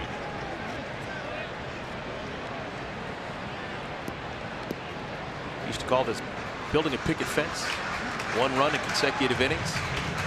Phillies have now done that. Run in the 3rd, run in the 4th, 1 now here in the 5th. And as you said, all with 2 outs.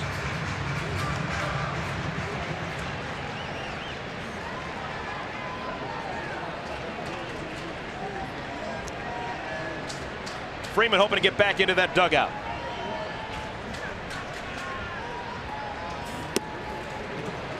Good stop by Suzuki. Sam's making him work.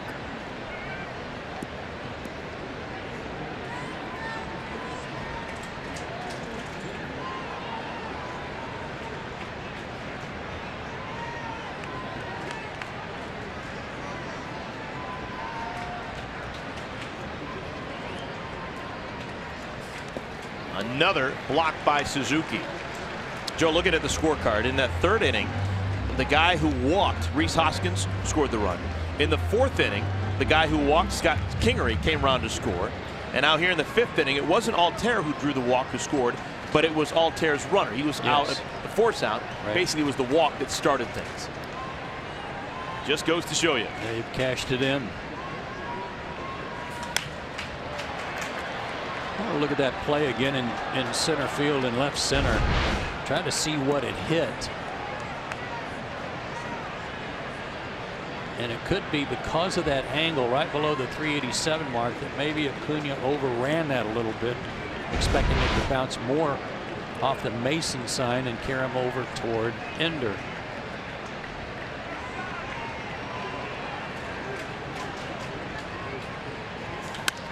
Hard, but right to the shortstop. Swanson. Side retired. But another run scores for Philadelphia. 1 run, 1 hit, 1 left on. Braves trailing 3-0.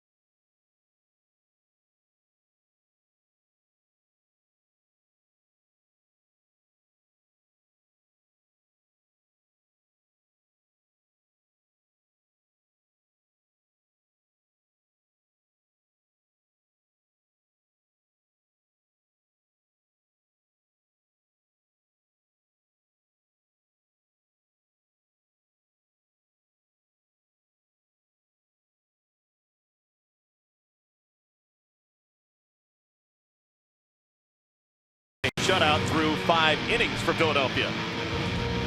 Braves had him in some trouble early in the ball game, but he got out of it, and since then, with the exception of a base hit by Flaherty, he got a double play to erase him. He spaced the minimum over the last 12 he's spaced. Let's take a look at our game summary brought to you by your local Chevy dealers. Big story today was Gohara with his good 4 innings, even though he did give up 2 runs. Yeah, I thought he pitched real well. He was victimized by some mental mistakes on the infield more than anything else.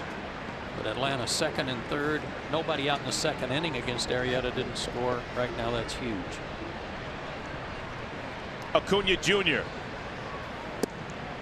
Freddie Freeman, Nick Markakis scheduled to bat here in the 6th inning against Arrieta.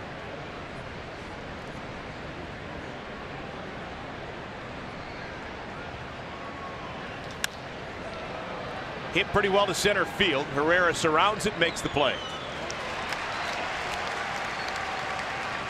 0 for 3 so far for Acuna against Arrieta. How is Acuna's life going to change over the next couple of days in Boston, trying to figure out the Green Monster? That's a very good question. They're going to have him out early to hit some balls off that wall and learn how to play it. It'll be a test for him for sure. I think it's a test for anyone. The way that he peppers line drives, though, to left field, he could theoretically put a big-time dent in that monster. Yeah, absolutely, he can. So can this guy. He can hit the ball a long way left-handed. The opposite field. 1 for 2 for Freeman. Down in the count, 0-2.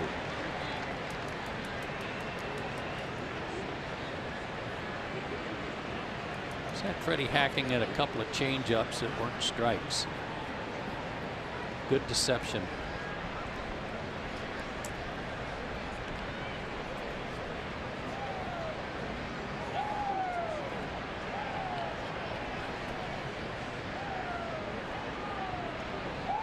Oh, 2. Wide of the bag, will do it again. We should note that Carlos Santana has been flawless at first base. First time in half a week that you could say that. Right. Santana with errors in each of the last 4 games. First time that's happened to a first baseman at the big league level since 1990.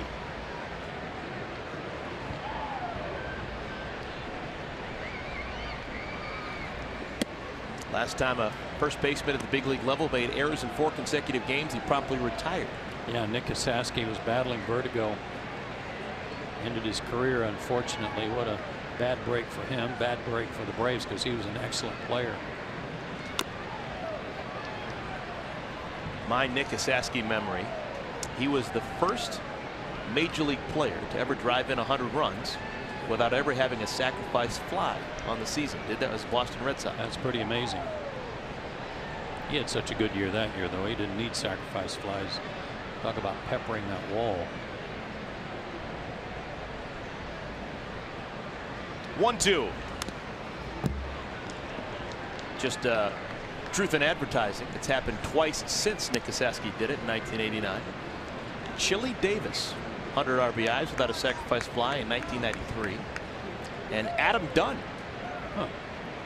Cincinnati Red.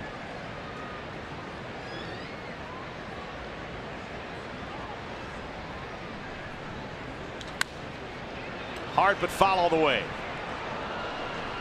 Is there an art to hitting a sacrifice fly? I think there is, especially these days when everybody's talking about launch angle of trying to just hit the ball in the air. Batting practice, whatever the case might be, hit the ball in the air. Going to pop up some. But I was always taught it, runner at third, less than 2 outs, just try to drive the ball somewhere. Hit the ball hard somewhere, even if it's, you're not trying to hit a home run, but just hit it hard somewhere like a warning track power, which is what I had. Right to Santana. Again remains flawless at first base. 2 down. One of the things for a left-handed hitter against Arrieta is that he steps a little toward the third base line, throws across his body. So when he does throw you a breaking ball, it looks like there's no way it's going to come back to the plate. I mean, it comes so far out of his hand that you give up on it, and he drops it in there for a strike. And a lot of times he's going to drop it in on your back foot. Nick Markakis. He closes up that left shoulder, hides the ball well.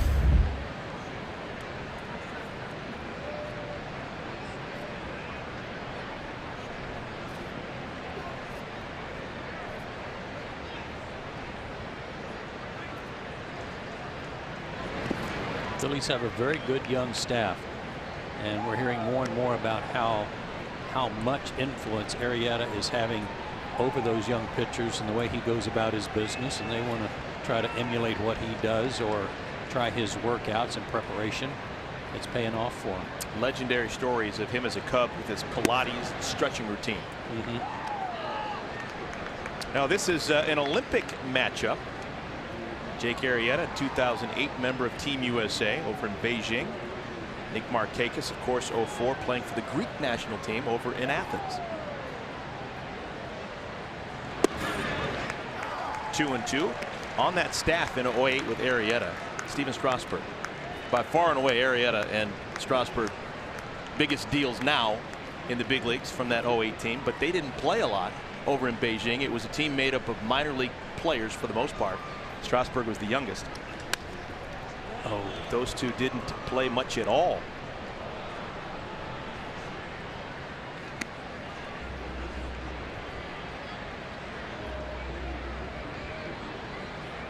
Arrieta was drafted several times. He out of high school, then he went to a junior college for a year, got drafted again before he wound up at TCU and became an All-American.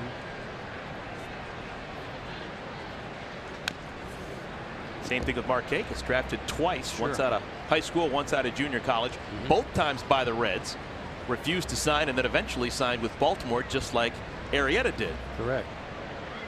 Young Harris College, that's the name of the junior college. Markakis, I think there's a lot of teams that wanted him just as much as a pitcher. True.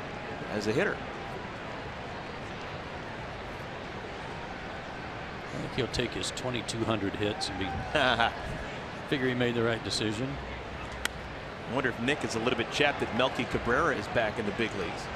Last week this time, Nick Markakis was the leader among active players in outfield assists in their career. Melky Cabrera just back up from the minor leagues. He's now in a Cleveland Indian, and Melky Cabrera with more outfield assists than Markakis. But I think that's because guys ran on Cabrera. Could be. I think Nick is just good.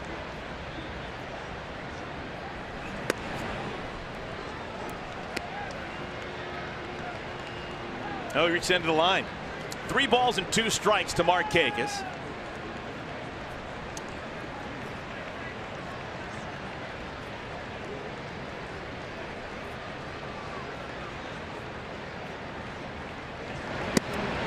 chased. He's upset with himself. Arrieta gets the strikeout, his 7th of the 6th innings. He's pitched, and he's still got a shutout going through 5 1/2. Our score, Philadelphia 3, Atlanta 0.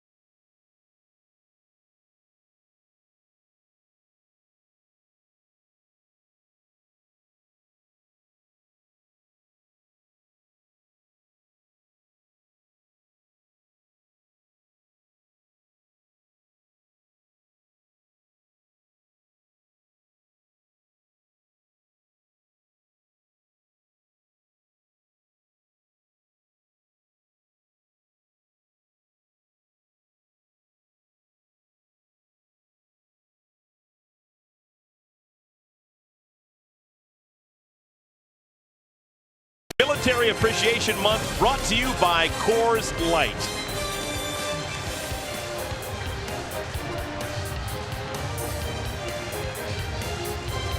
Just an absolutely gorgeous afternoon and evening here in Philadelphia. Getaway day as the Braves can have a day off tomorrow and then be in Boston on Friday. New pitcher to tell you about, Peter Moylan. Peter Moylan, his last 4 outings have been against Miami. He'll take maybe somebody different anytime. His last outing was on the 20th inning. 2 walks and a strikeout against the Marlins.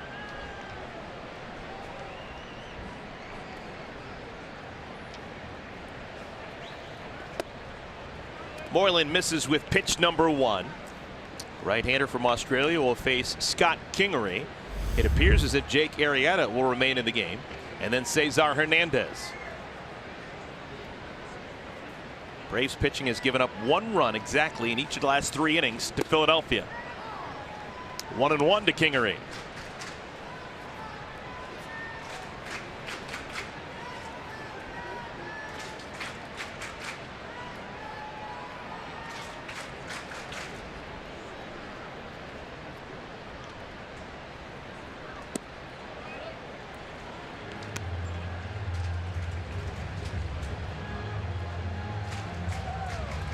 Looks like at this rate it's going to be perhaps a reliever per inning for the Braves after Gohara went 4. Right back to Moylan. Short hops it. Kingery is retired.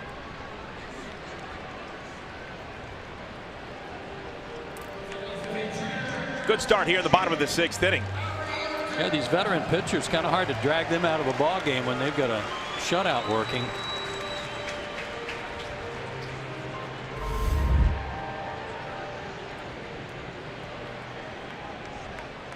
Big part of the game was that sacrifice bunt laid down by Arrieta in the 4th inning. Did it with 2 strikes. Wasn't the best bunt in the world. Sneak attack, but it was right to the 3rd baseman Camargo, and he hit it hard. But Camargo, maybe not expecting it, wasn't thinking second base, instead had to throw it to 1st. And the runner on at 2nd eventually came around to score on the single by Hernandez. Yeah, he either got some late instruction because of the double pump that he made and looked to 2nd too late, or wasn't told about the runner at all. Oh, right back to Moylan. Doesn't know where it is. It's at his right foot. He's still got time, and he makes the play. What are the odds that the guy from Australia forgets to look down under? Yeah. Exactly. He'll be the one laughing the hardest at this because. What? Nice recovery. Plus, once he picked it up, he could throw it from down under, which he's more accustomed to. Nice.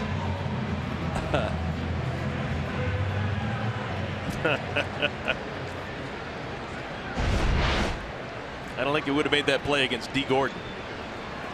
No. Well, so far, here in the 6th inning, all we've needed was the pitcher and the first baseman. A couple of ground balls to Moylan. Here's Hernandez. All right, Joe, you've been in the game since early 70s. You ever seen a 1-2-3 inning where every bouncing ball goes back to the pitcher? Surely I have. I thought you were going to say since the early part of the century. The previous century.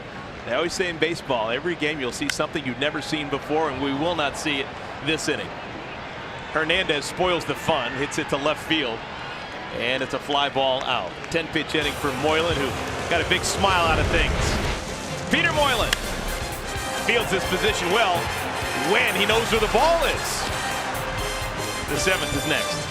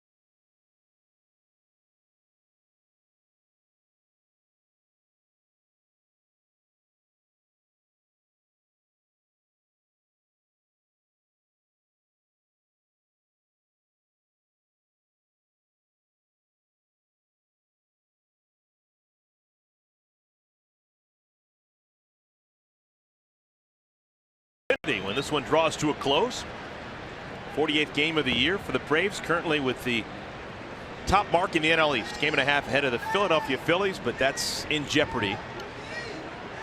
Braves trailing 3-0 as we play the 7th with Joe Simpson, Kelsey Wingert. I'm Eric Collins, filling the shoes of Chip Caray just for one game. Chip will be back on Friday in Boston. Well, we're glad to have you, as I keep saying, and you certainly have been around the horn, have done baseball a lot. Last big league game I did in 2013 for the Los Angeles Dodgers, Peter Moylan pitched. So I only do games nowadays with Peter Moylan in the bump. That's not a bad thing. You're going to be around forever. Braves need to get their leadoff man on. They've only had him on one time tonight. That was when they got runners at 2nd and 3rd, but were unable to score with nobody out. Said it was big then. It's big now. Arrieta 0-2 to Suzuki, off the end of the bat softly, right side. Hernandez. Braves had a 1-out single by Ryan Flaherty off the bench in the 5th inning. He was erased on a double play. So when you factor it all together, Arrieta has now had 4 consecutive 1-2-3 innings if you consider that double play. Yeah, the minimum 16 over the last 16 batters spaced the minimum. Inciarte singled back in the second inning. That was right before a Camargo double. Runners at second and third with nobody out. Braves couldn't score. That would have given them the lead in the game. They've been playing from behind ever since the third inning. This is obviously not like the last start for Arrieta when he got tagged by the Cardinals. 3 innings, 5 hits, 4 runs. There's a solid single. Second hit of the game for Inciarte. Runner aboard with 1 out. But it is a lot like his start 2 starts ago against the Mets. 7 1/3 inning, 5 hit shutout ball, and they went on to lose that. In fact, the Phillies have lost each of his last 4 starts, even though he's pitched well in 2 of them.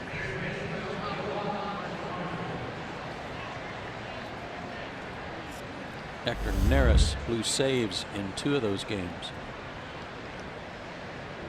98 pitches thrown for Arrieta. Here's Camargo.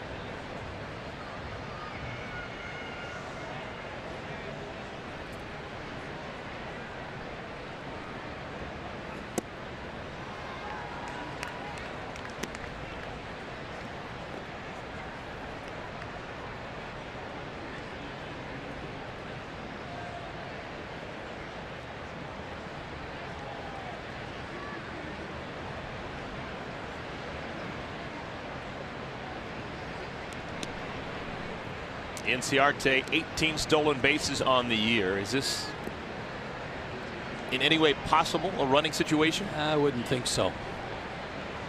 I wouldn't think so right now.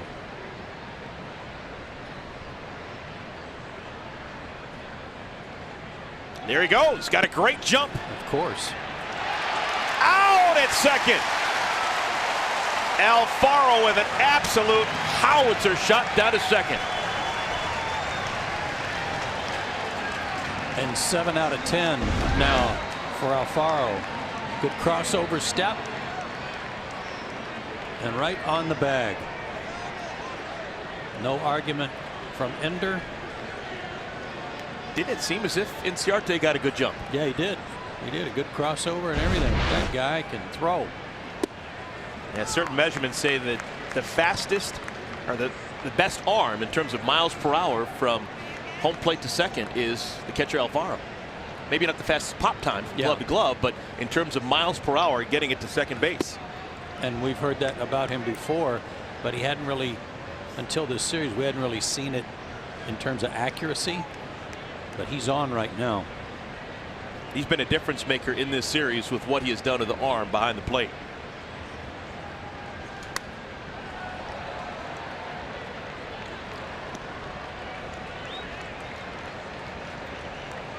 Was that stolen base attempt by Inciarte? Was that called from the dugout, or is he going on his own? It's probably on his own. He might have been given a green light to go if he felt like he could get a good jump. And the reason I said no, and maybe not a good time to run, is in case Camargo, who certainly has the power to pop one out in this ballpark and cut into that lead with a long one. Arrieta walks Camargo, so the inning continues. 2 outs, runner aboard for Dansby Swanson.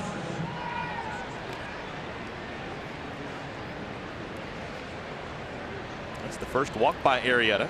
He struck out 7. And their bullpen will begin to stir.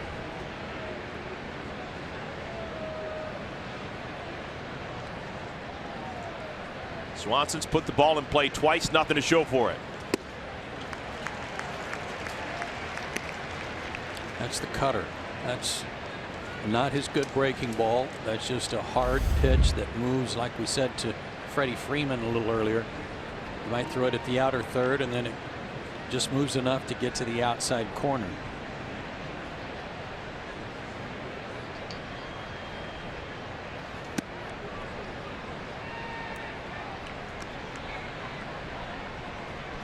Arrieta's gone over 100 pitches. And on cue, activity in the pen for the Phils.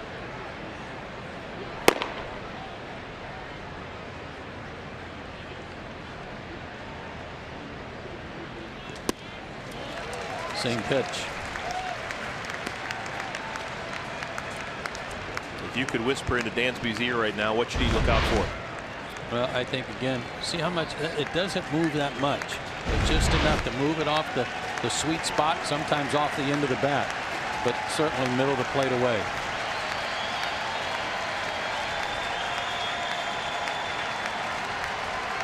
Shook off 4 signs.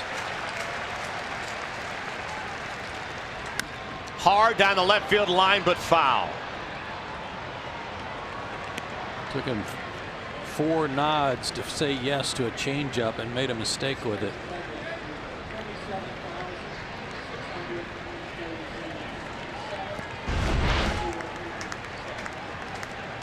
Yeah, just stayed right in there.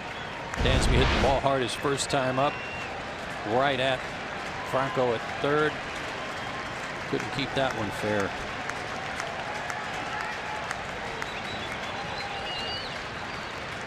One-two. Off the thumbs. That one's going to get down. Camargo on his way to third. He'll be stopped there. It is a 2-out double for Dansby Swanson. Altair thought he had a chance, but it goes as double. And the Braves are in business. And that's why behind in the count, you got to think middle of the plate away just to have that outside part covered. Anything inside like that pitch, you try to fight it off the best you can. And Swanson did a great job of that and dumped it in there.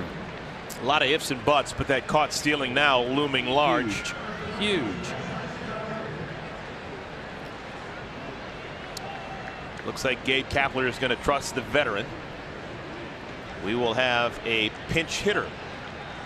Preston Tucker comes out of the pen. This is the pitcher spot. And now here comes Gabe Kapler.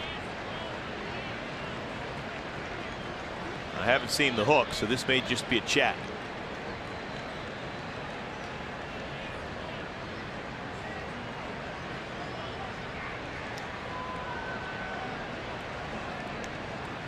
Arrieta's not making eye contact until he knows he's staying in the game. Yeah, and Kapler's looking more towards center field than he is at Arrieta. So we will have a pitching change. Runners on at second and third are Jake Arrieta's responsibility. Braves down 3-0, but threatening. We'll take a timeout, tell you about the new pitcher in a moment.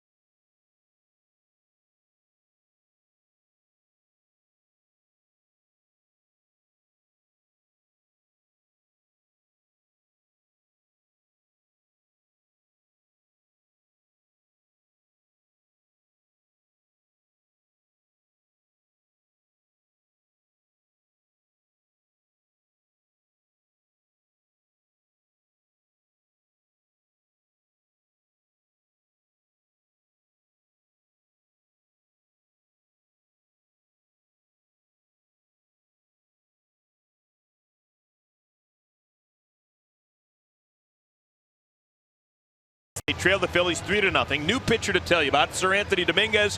Before we tell you about him, here's a message from Advance Auto Parts. Visit your nearest Advance Auto Parts store to get the quality parts you want from people that know a lot about them. So Dominguez, 23-year-old from the Dominican Republic, his 8th appearance. Yeah, take a look at the numbers.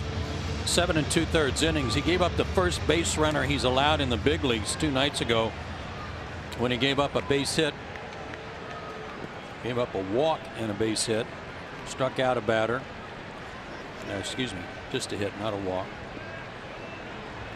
Outstanding stuff. Throws hard. Already has a save to his credit. Preston Tucker off the bench. Braves pinch hitters already today, perfect, 1 for 1. Ryan Flaherty a single off the bench back in the 5th inning. Tucker good numbers. 6 for 18 as a pinch hitter.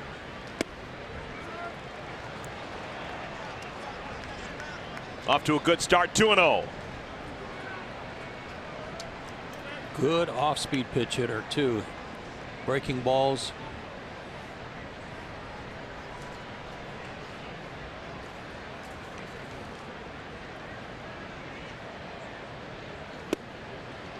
This 98 miles per hour. This guy's bringing gas. Took a while for Dominguez to figure it out. He was originally signed out of the Dominican Republic back in 2011. It's a lot of time kind of marinating in the minor leagues.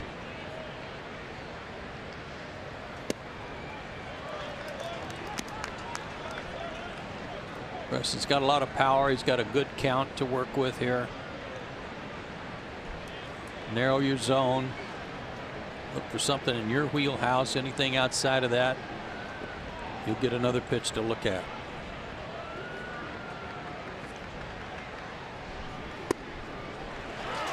And we go full 3-2. 99 miles per hour from Sir Anthony Dominguez.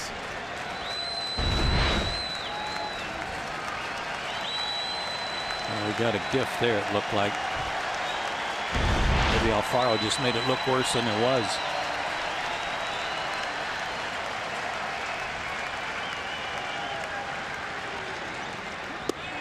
Got him. 99 miles per hour, and Tucker swings right over it. Braves trail 3-0 as we head to the bottom of the 7th inning now. Let's send you to the stretch.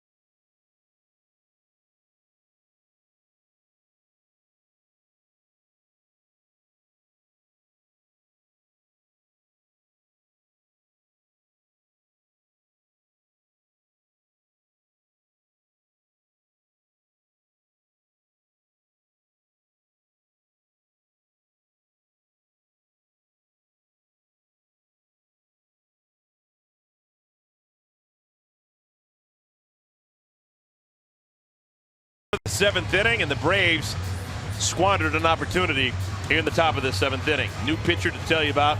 It'll be the 4th pitcher of the night. Shane Carl toes the rubber for the 22nd time this season. Shane's been outstanding, but he did get touched up for a home run by Altair here as a pinch hitter. Aaron hit a 2-run pinch hit homer in the 7th Monday night to make it a 3-run deficit. Measure the Phillies went on to win 3-0.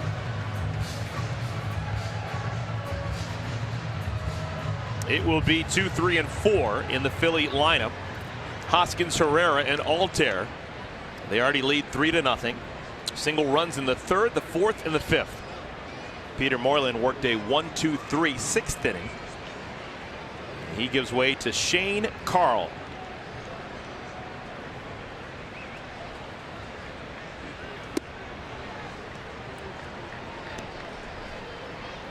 Rubber game of this 3-game series. Phillies won 3-0 on Monday.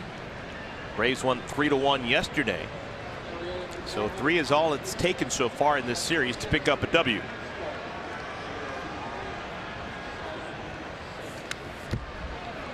Ball and a strike. Shane Carl from Santa Cruz, California. It's been a real nice pickup by the Braves for the bullpen. He and Dan Winkler have done an outstanding job in setup roles. This is what you expected, kind of a Johnny Allstaff type of day. Yeah, 1 an inning. That's kind of what I thought might happen. On the ground. Tough play for Swanson. Not enough arm. That was deep in the hole. It'll be an infield single for Hoskins. Yeah, that was an impossible play for Dansby. Nice glove work. And just out of the reach of Camargo.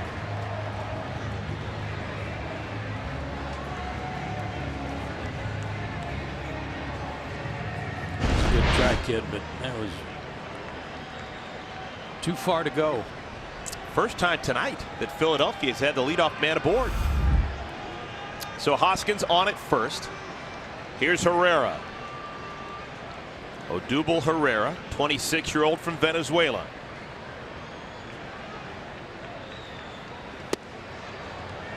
What's up with the Phillies in the Rule 5 pickups? Remember, they got Shane Victorino a decade ago, and he was an integral part of their championship run. Well, this guy was a second baseman. And they moved him out, and he's done a great job for them in center field. Came up in the Rangers. Shane was exposed to the Rule 5 draft, and Phillies plucked him. They haven't looked back.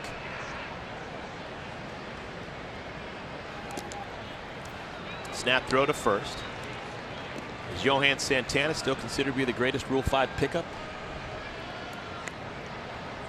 I don't know if it was called a Rule 5 in those days, but didn't Clemente get taken? Very good. Brooklyn Dodger originally. Yeah. Yeah, Pirates stole him away from the Dodgers. Great memory. I don't know if that was a waiver deal or if that was a Rule 5. Every time I think I'm going deep, you go deeper.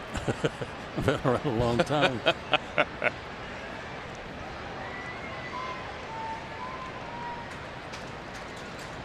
Carl's 1-1.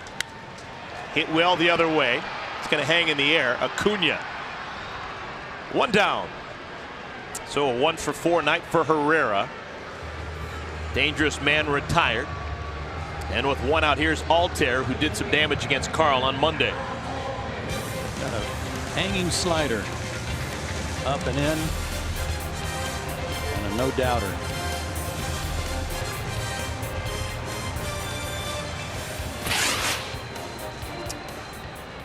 Altair's walked his last 2 times up. Once against Kohara, once against Freeman. First time he's going to see a right-handed thrower tonight. Swings at the first pitch, slices it to right field. Markakis makes the play. Difficult play, made it look routine.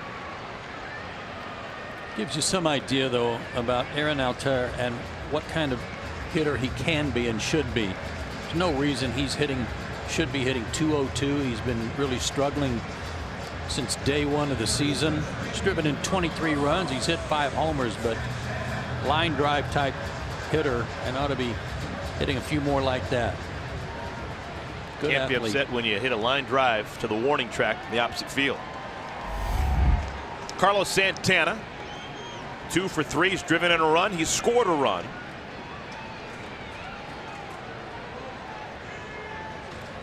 Turns around and bats left-handed for the first time.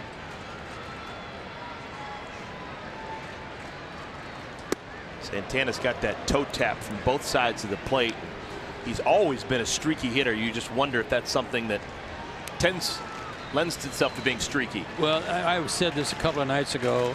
The Phillies are certainly going to ride him. They know what he's capable of, and they're just waiting for those hot streaks to start. Once they do, they may not end.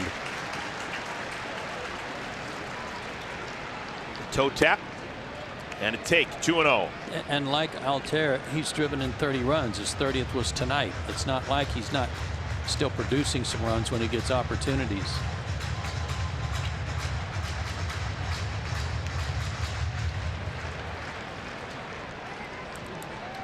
Two consecutive outs after the leadoff single by Hoskins. Fly ball to left, fly ball to right.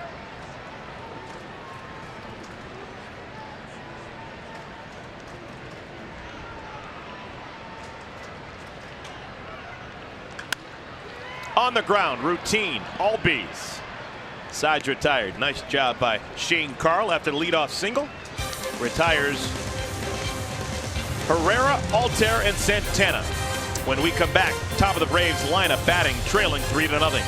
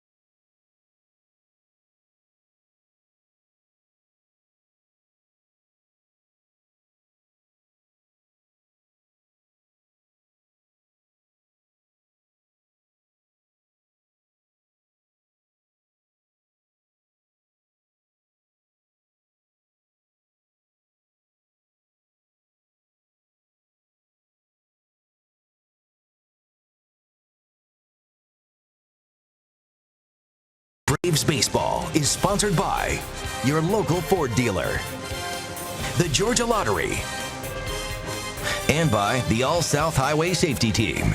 The All-South Highway Safety Team reminds you to play it safe by always wearing your seatbelt. City Hall, right in the middle of Center City, Philadelphia, Pennsylvania. William Penn statue atop. 1 pitch, 1 out. Ozzie Albies swings at the first pitch. He's now 0 for 4. Also hit into a double play in the 5th inning. So the 0 for 4 contributing to 5 outs. Yeah, it's a shame because this is the part of the lineup you need the Braves to get something cranking. The one that the top of the order that's been so successful all year long. Tough to do that against a guy throwing 98. Here's Acuna.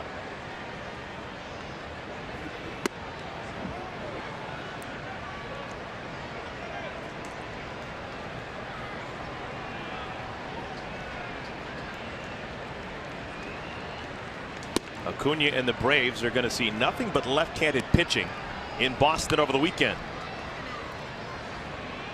Eduardo Rodriguez, Drew Pomeranz, and Chris Sale. Braves are actually going to miss David Price, another lefty. 3 pretty good ones too. Rodriguez 4-1, Pomeranz 1-2, Chris Sale 5-1.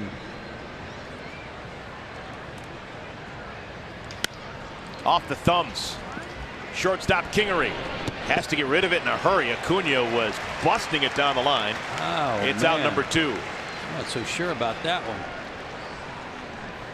That should have been routine, but Acuna made it anything but. He has done that several times, Eric, where on routine plays infielders are forced to hurry. And Freddie Freeman coming up late in the ball game. Why not take a look?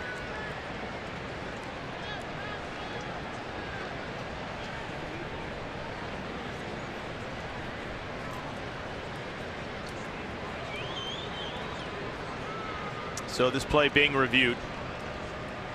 I think this is going to be good news for Braves fans. As they're doing that, Alfaro's getting some attention from the Phillies trainer. He may have gotten hit with the bat.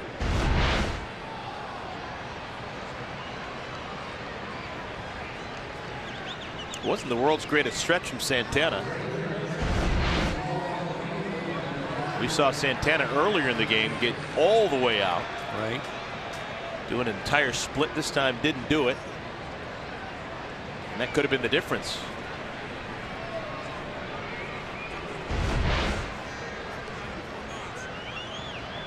Oh, wow.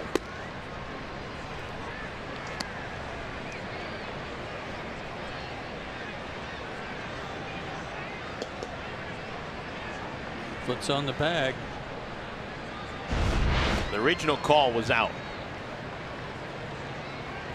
There are some philosophical differences that people have and opinions they have about replay, Eric, and one of the ones that I've been turned on to lately as we see the outcome.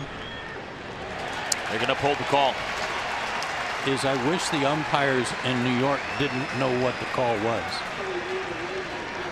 Make a call based on what you see and not what you already know, and see how many changes there might be. I think that's a good thought. To me, I just like to play on. It's an imperfect game. Yeah. Freddie Freeman hits it hard, but on one pitch, he's going to be retired. A really quick inning for Sir Anthony Dominguez. He goes through Albies, Acuna, and Freeman with nothing but ground ball outs.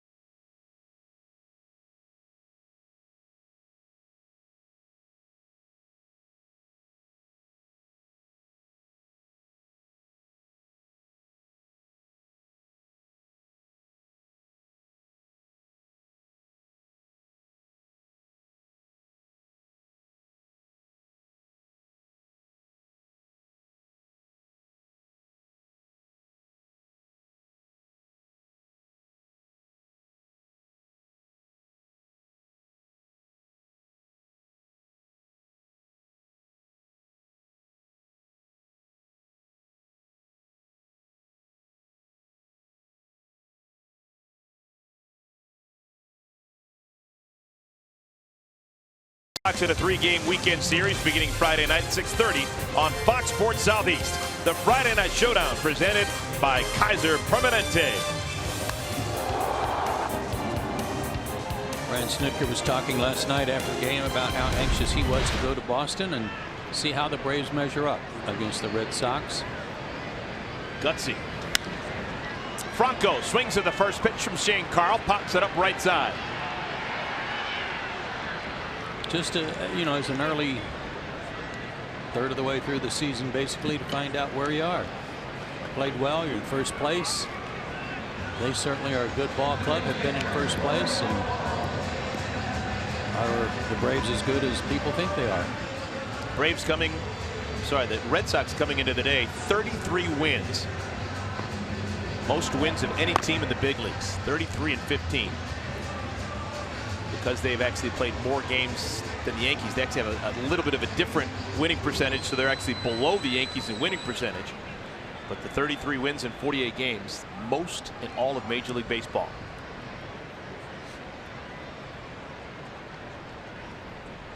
Alfaro. And Joe, for some reason, I know off time you can do whatever you want, but if you happen to go to a bowling alley in Boston and you see Mookie Betts, don't challenge him. I hear he's pretty good. Yeah. Elite. Yeah, we might have to get a matchup between Mookie and Gretchen Caney in her truck.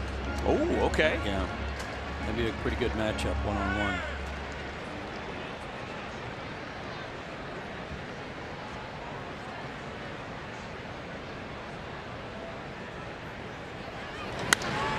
Liner over the glove of Albies.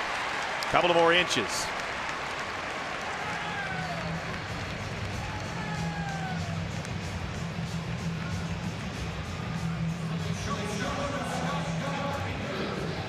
It's 5'8", needed to be 5'9".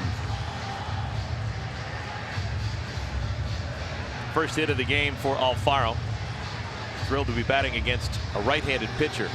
He was 0 for 3 with a couple of strikeouts against the lefties the Braves matched him up with. He's aboard with 1 out. Yeah, they overpowered him earlier. Here's Scott Kingery.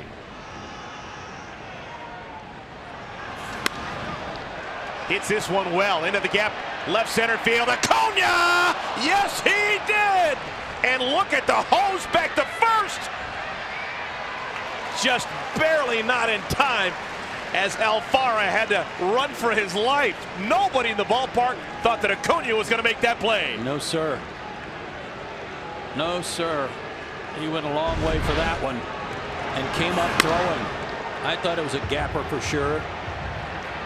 Lays out for it, gets up, fires. If he gives Albies a little bit better hop on that throw or gets it to him on the fly, they got a double play. What a catch. Just terrific. Acuna's done nothing offensively. He's 0 for 4, but he's contributing with the defensive play of the night. 2 outs. Pitcher spot. Nick Williams will bat.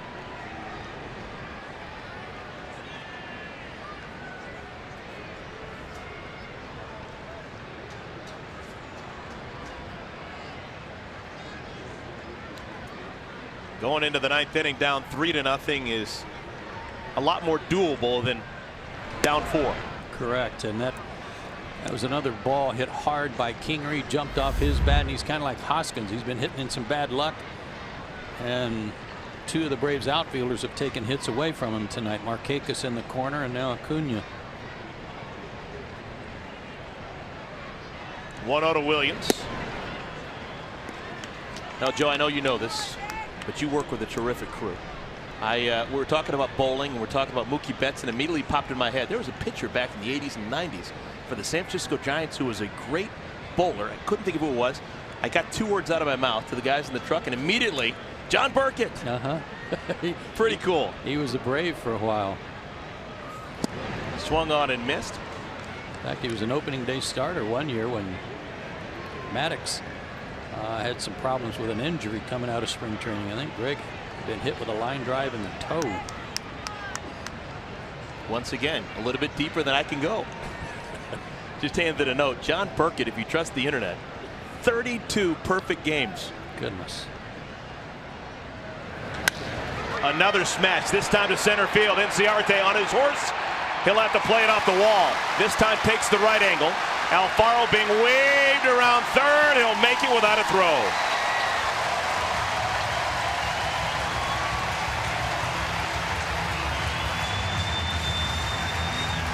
So some good swings by the Phillies here in the 8th. Well, the pinch hitters have gotten to Shane Carl his last 2 outings. Altair with a 2-run homer, and now Williams with this double high off the wall in left center. You could see his reaction. He was afraid it went out. Way up high off the wall, and Ender having to throw back against his body. Couldn't get much on that throw. No chance. So Carl is done. Phillies still rallying. Runner on at second with 2 outs. They lead 4-0.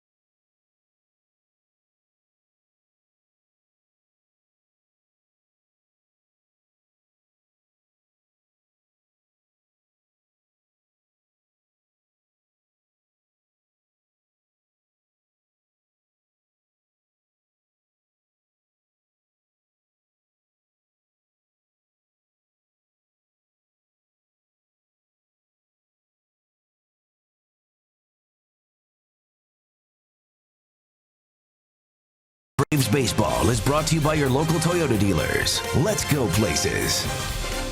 SunTrust. Confidence starts here. And by Toyo Tires. Imagine loving your tires. Welcome back, Philadelphia, Pennsylvania. Bottom of the 8th inning. Another run scored by the Phillies. They've had single runs in 4 different frames. Jesse Biddle, Philadelphia native, comes on for the 12th time, second time in the series. Biddle, the left-hander who was from Germantown Friends High School. And got that win here in Philadelphia.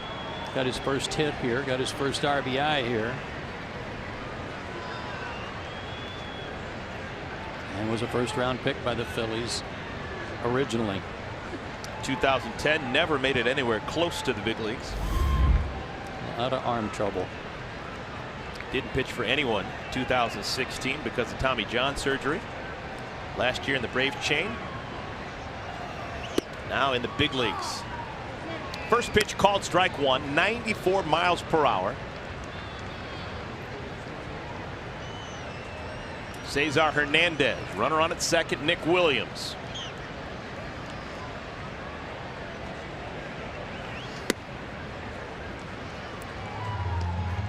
What's the best pitch you've seen from Biddle?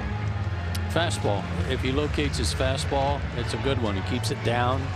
He's got some late movement on it.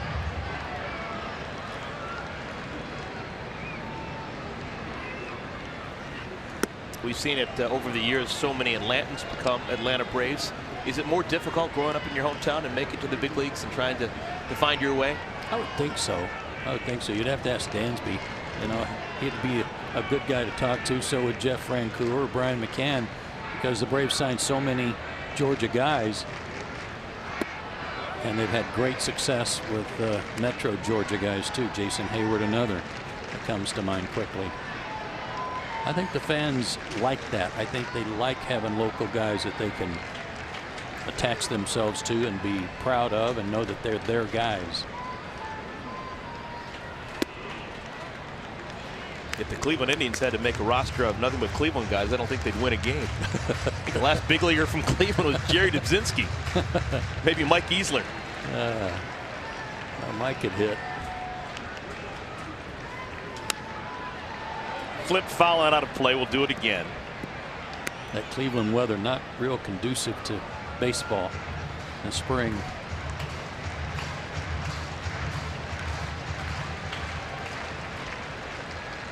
All 4 runs for the Phillies have been scored with 2 outs. And that'll do it. Nice off-speed pitch. Freezes Hernandez. Biddle out of the pen does his job. To the 9th we go. Braves running out of time.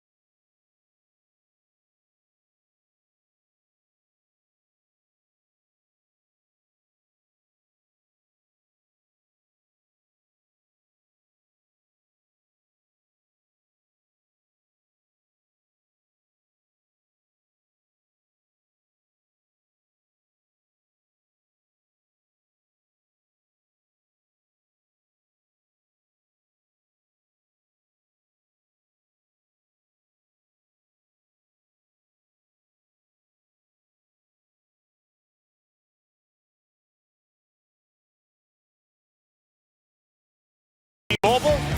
How about Nick Markakis? Nick Markakis at the ripe age of 34 keeps on keeping on. Putting up numbers beginning the day with those 7 homers, 32 runs batted in, playing lights out right field. Markakis currently second in the National League in batting average, leads the National League in hits, multi-hit games, and no one's going to sneeze at that on-base percentage. And you know what? It started opening night, Eric. He had a walk-off homer against the Phillies off of Neris, who's coming into the game now, to win the ball game opening night, and he hasn't stopped. So a reunion of sorts between Neris and Markakis. Braves don't need a homer, they just need base runners. Markakis, Suzuki, Inciarte scheduled to bat here in the ninth. And as we saw Sunday, you never count the Braves out no matter how far they're behind in the ninth inning. Getting 6 against the Marlins to win.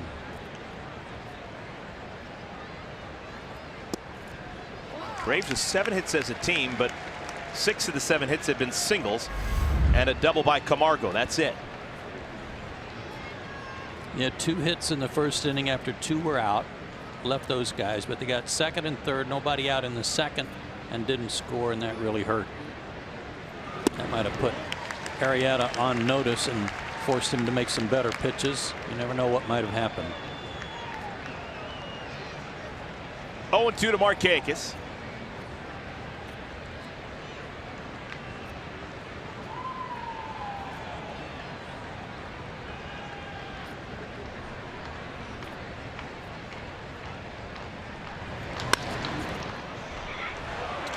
Base hit from Markakis. Didn't hit it hard, but gets it over the second baseman's glove. And Nick is aboard. His second hit of the night. He's amazing, and you saw his reaction last time up when he slammed the bat in the ground after striking out, missing a pitch that was up and away. Well, he didn't miss that one, and gives the Braves a start. And you're right, Eric, about that run that the Phillies tacked on there in the bottom of the 8th inning. Those add-on runs really hurt him, trying to figure out a way to get back in a ball game, and gave them a little extra cushion. Suzuki 0 for 3. He's put the ball in play all 3 times.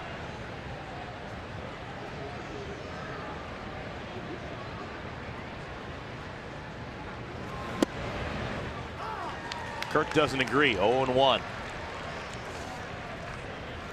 Day off tomorrow, and then a 3-gamer over the weekend at Fenway Park in Boston.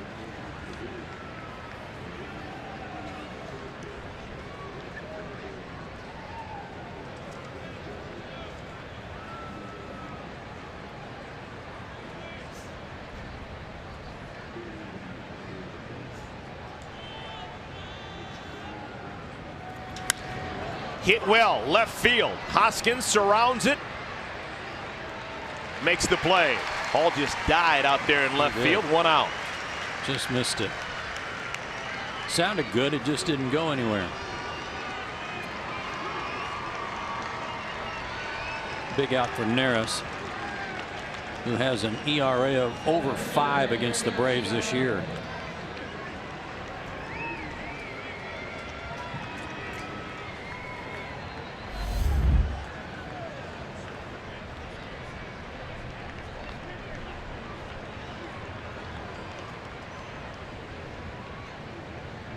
Ender Inciarte 2 for 3. Split finger pitch there. Neris has got that kind of worn out cap. Bill is got some dark stuff on it, doesn't it? Yeah.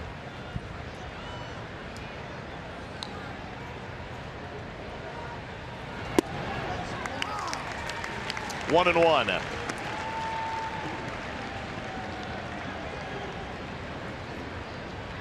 Braves getting a good start. Luis Gajara. He went 4 innings, striking out 6. Defense behind him wasn't what he would have liked. He's on the hook to take the loss. Split finger pitch from Neris is his best pitch and his out pitch.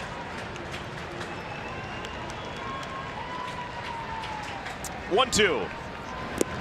And again, split finger chased and missed by Inciarte. Braves down to their last out. Bunch of strikeouts last night for Atlanta, 9 more tonight.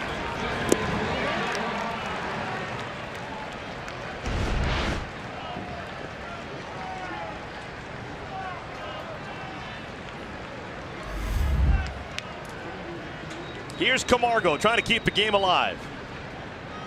Bit aboard twice with a double and a walk. Around the strike zone, 1-0. Markakis leading off the ninth with a single to right, but then a fly out and a strikeout. Braves in danger of losing the rubber match of a series for the first time this year.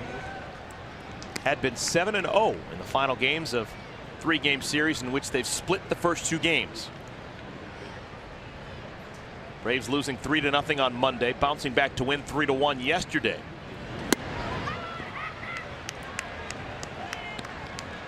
And in danger of being shut out for the 3rd time in about 5 days.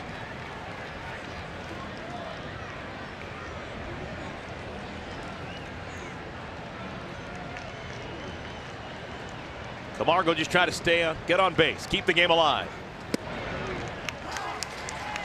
And Neris gets the benefit of the doubt. Pitch may have been high.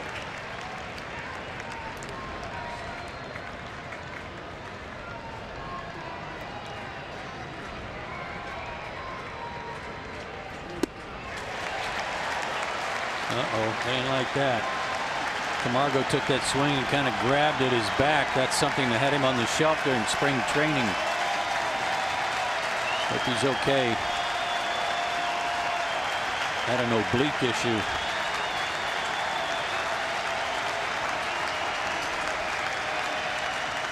"3-2" way outside, and the game continues. Runners at first and at second.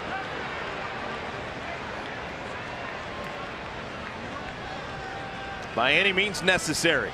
Just need base runners. Dansby Swanson next in line.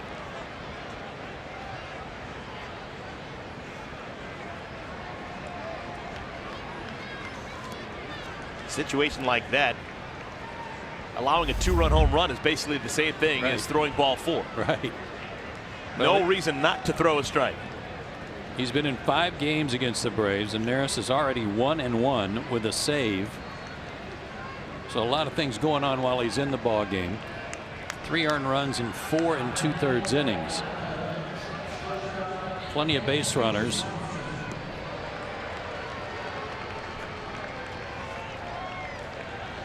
Braves need another base runner and then a big fly.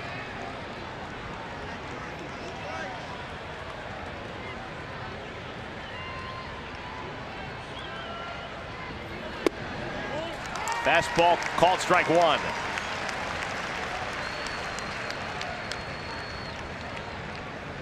Dansby hitting in an important situation back in the 2nd inning. Set runners at 2nd and 3rd with nobody out. Wasn't able to come through. Would love to erase that from his memory banks. 1-1.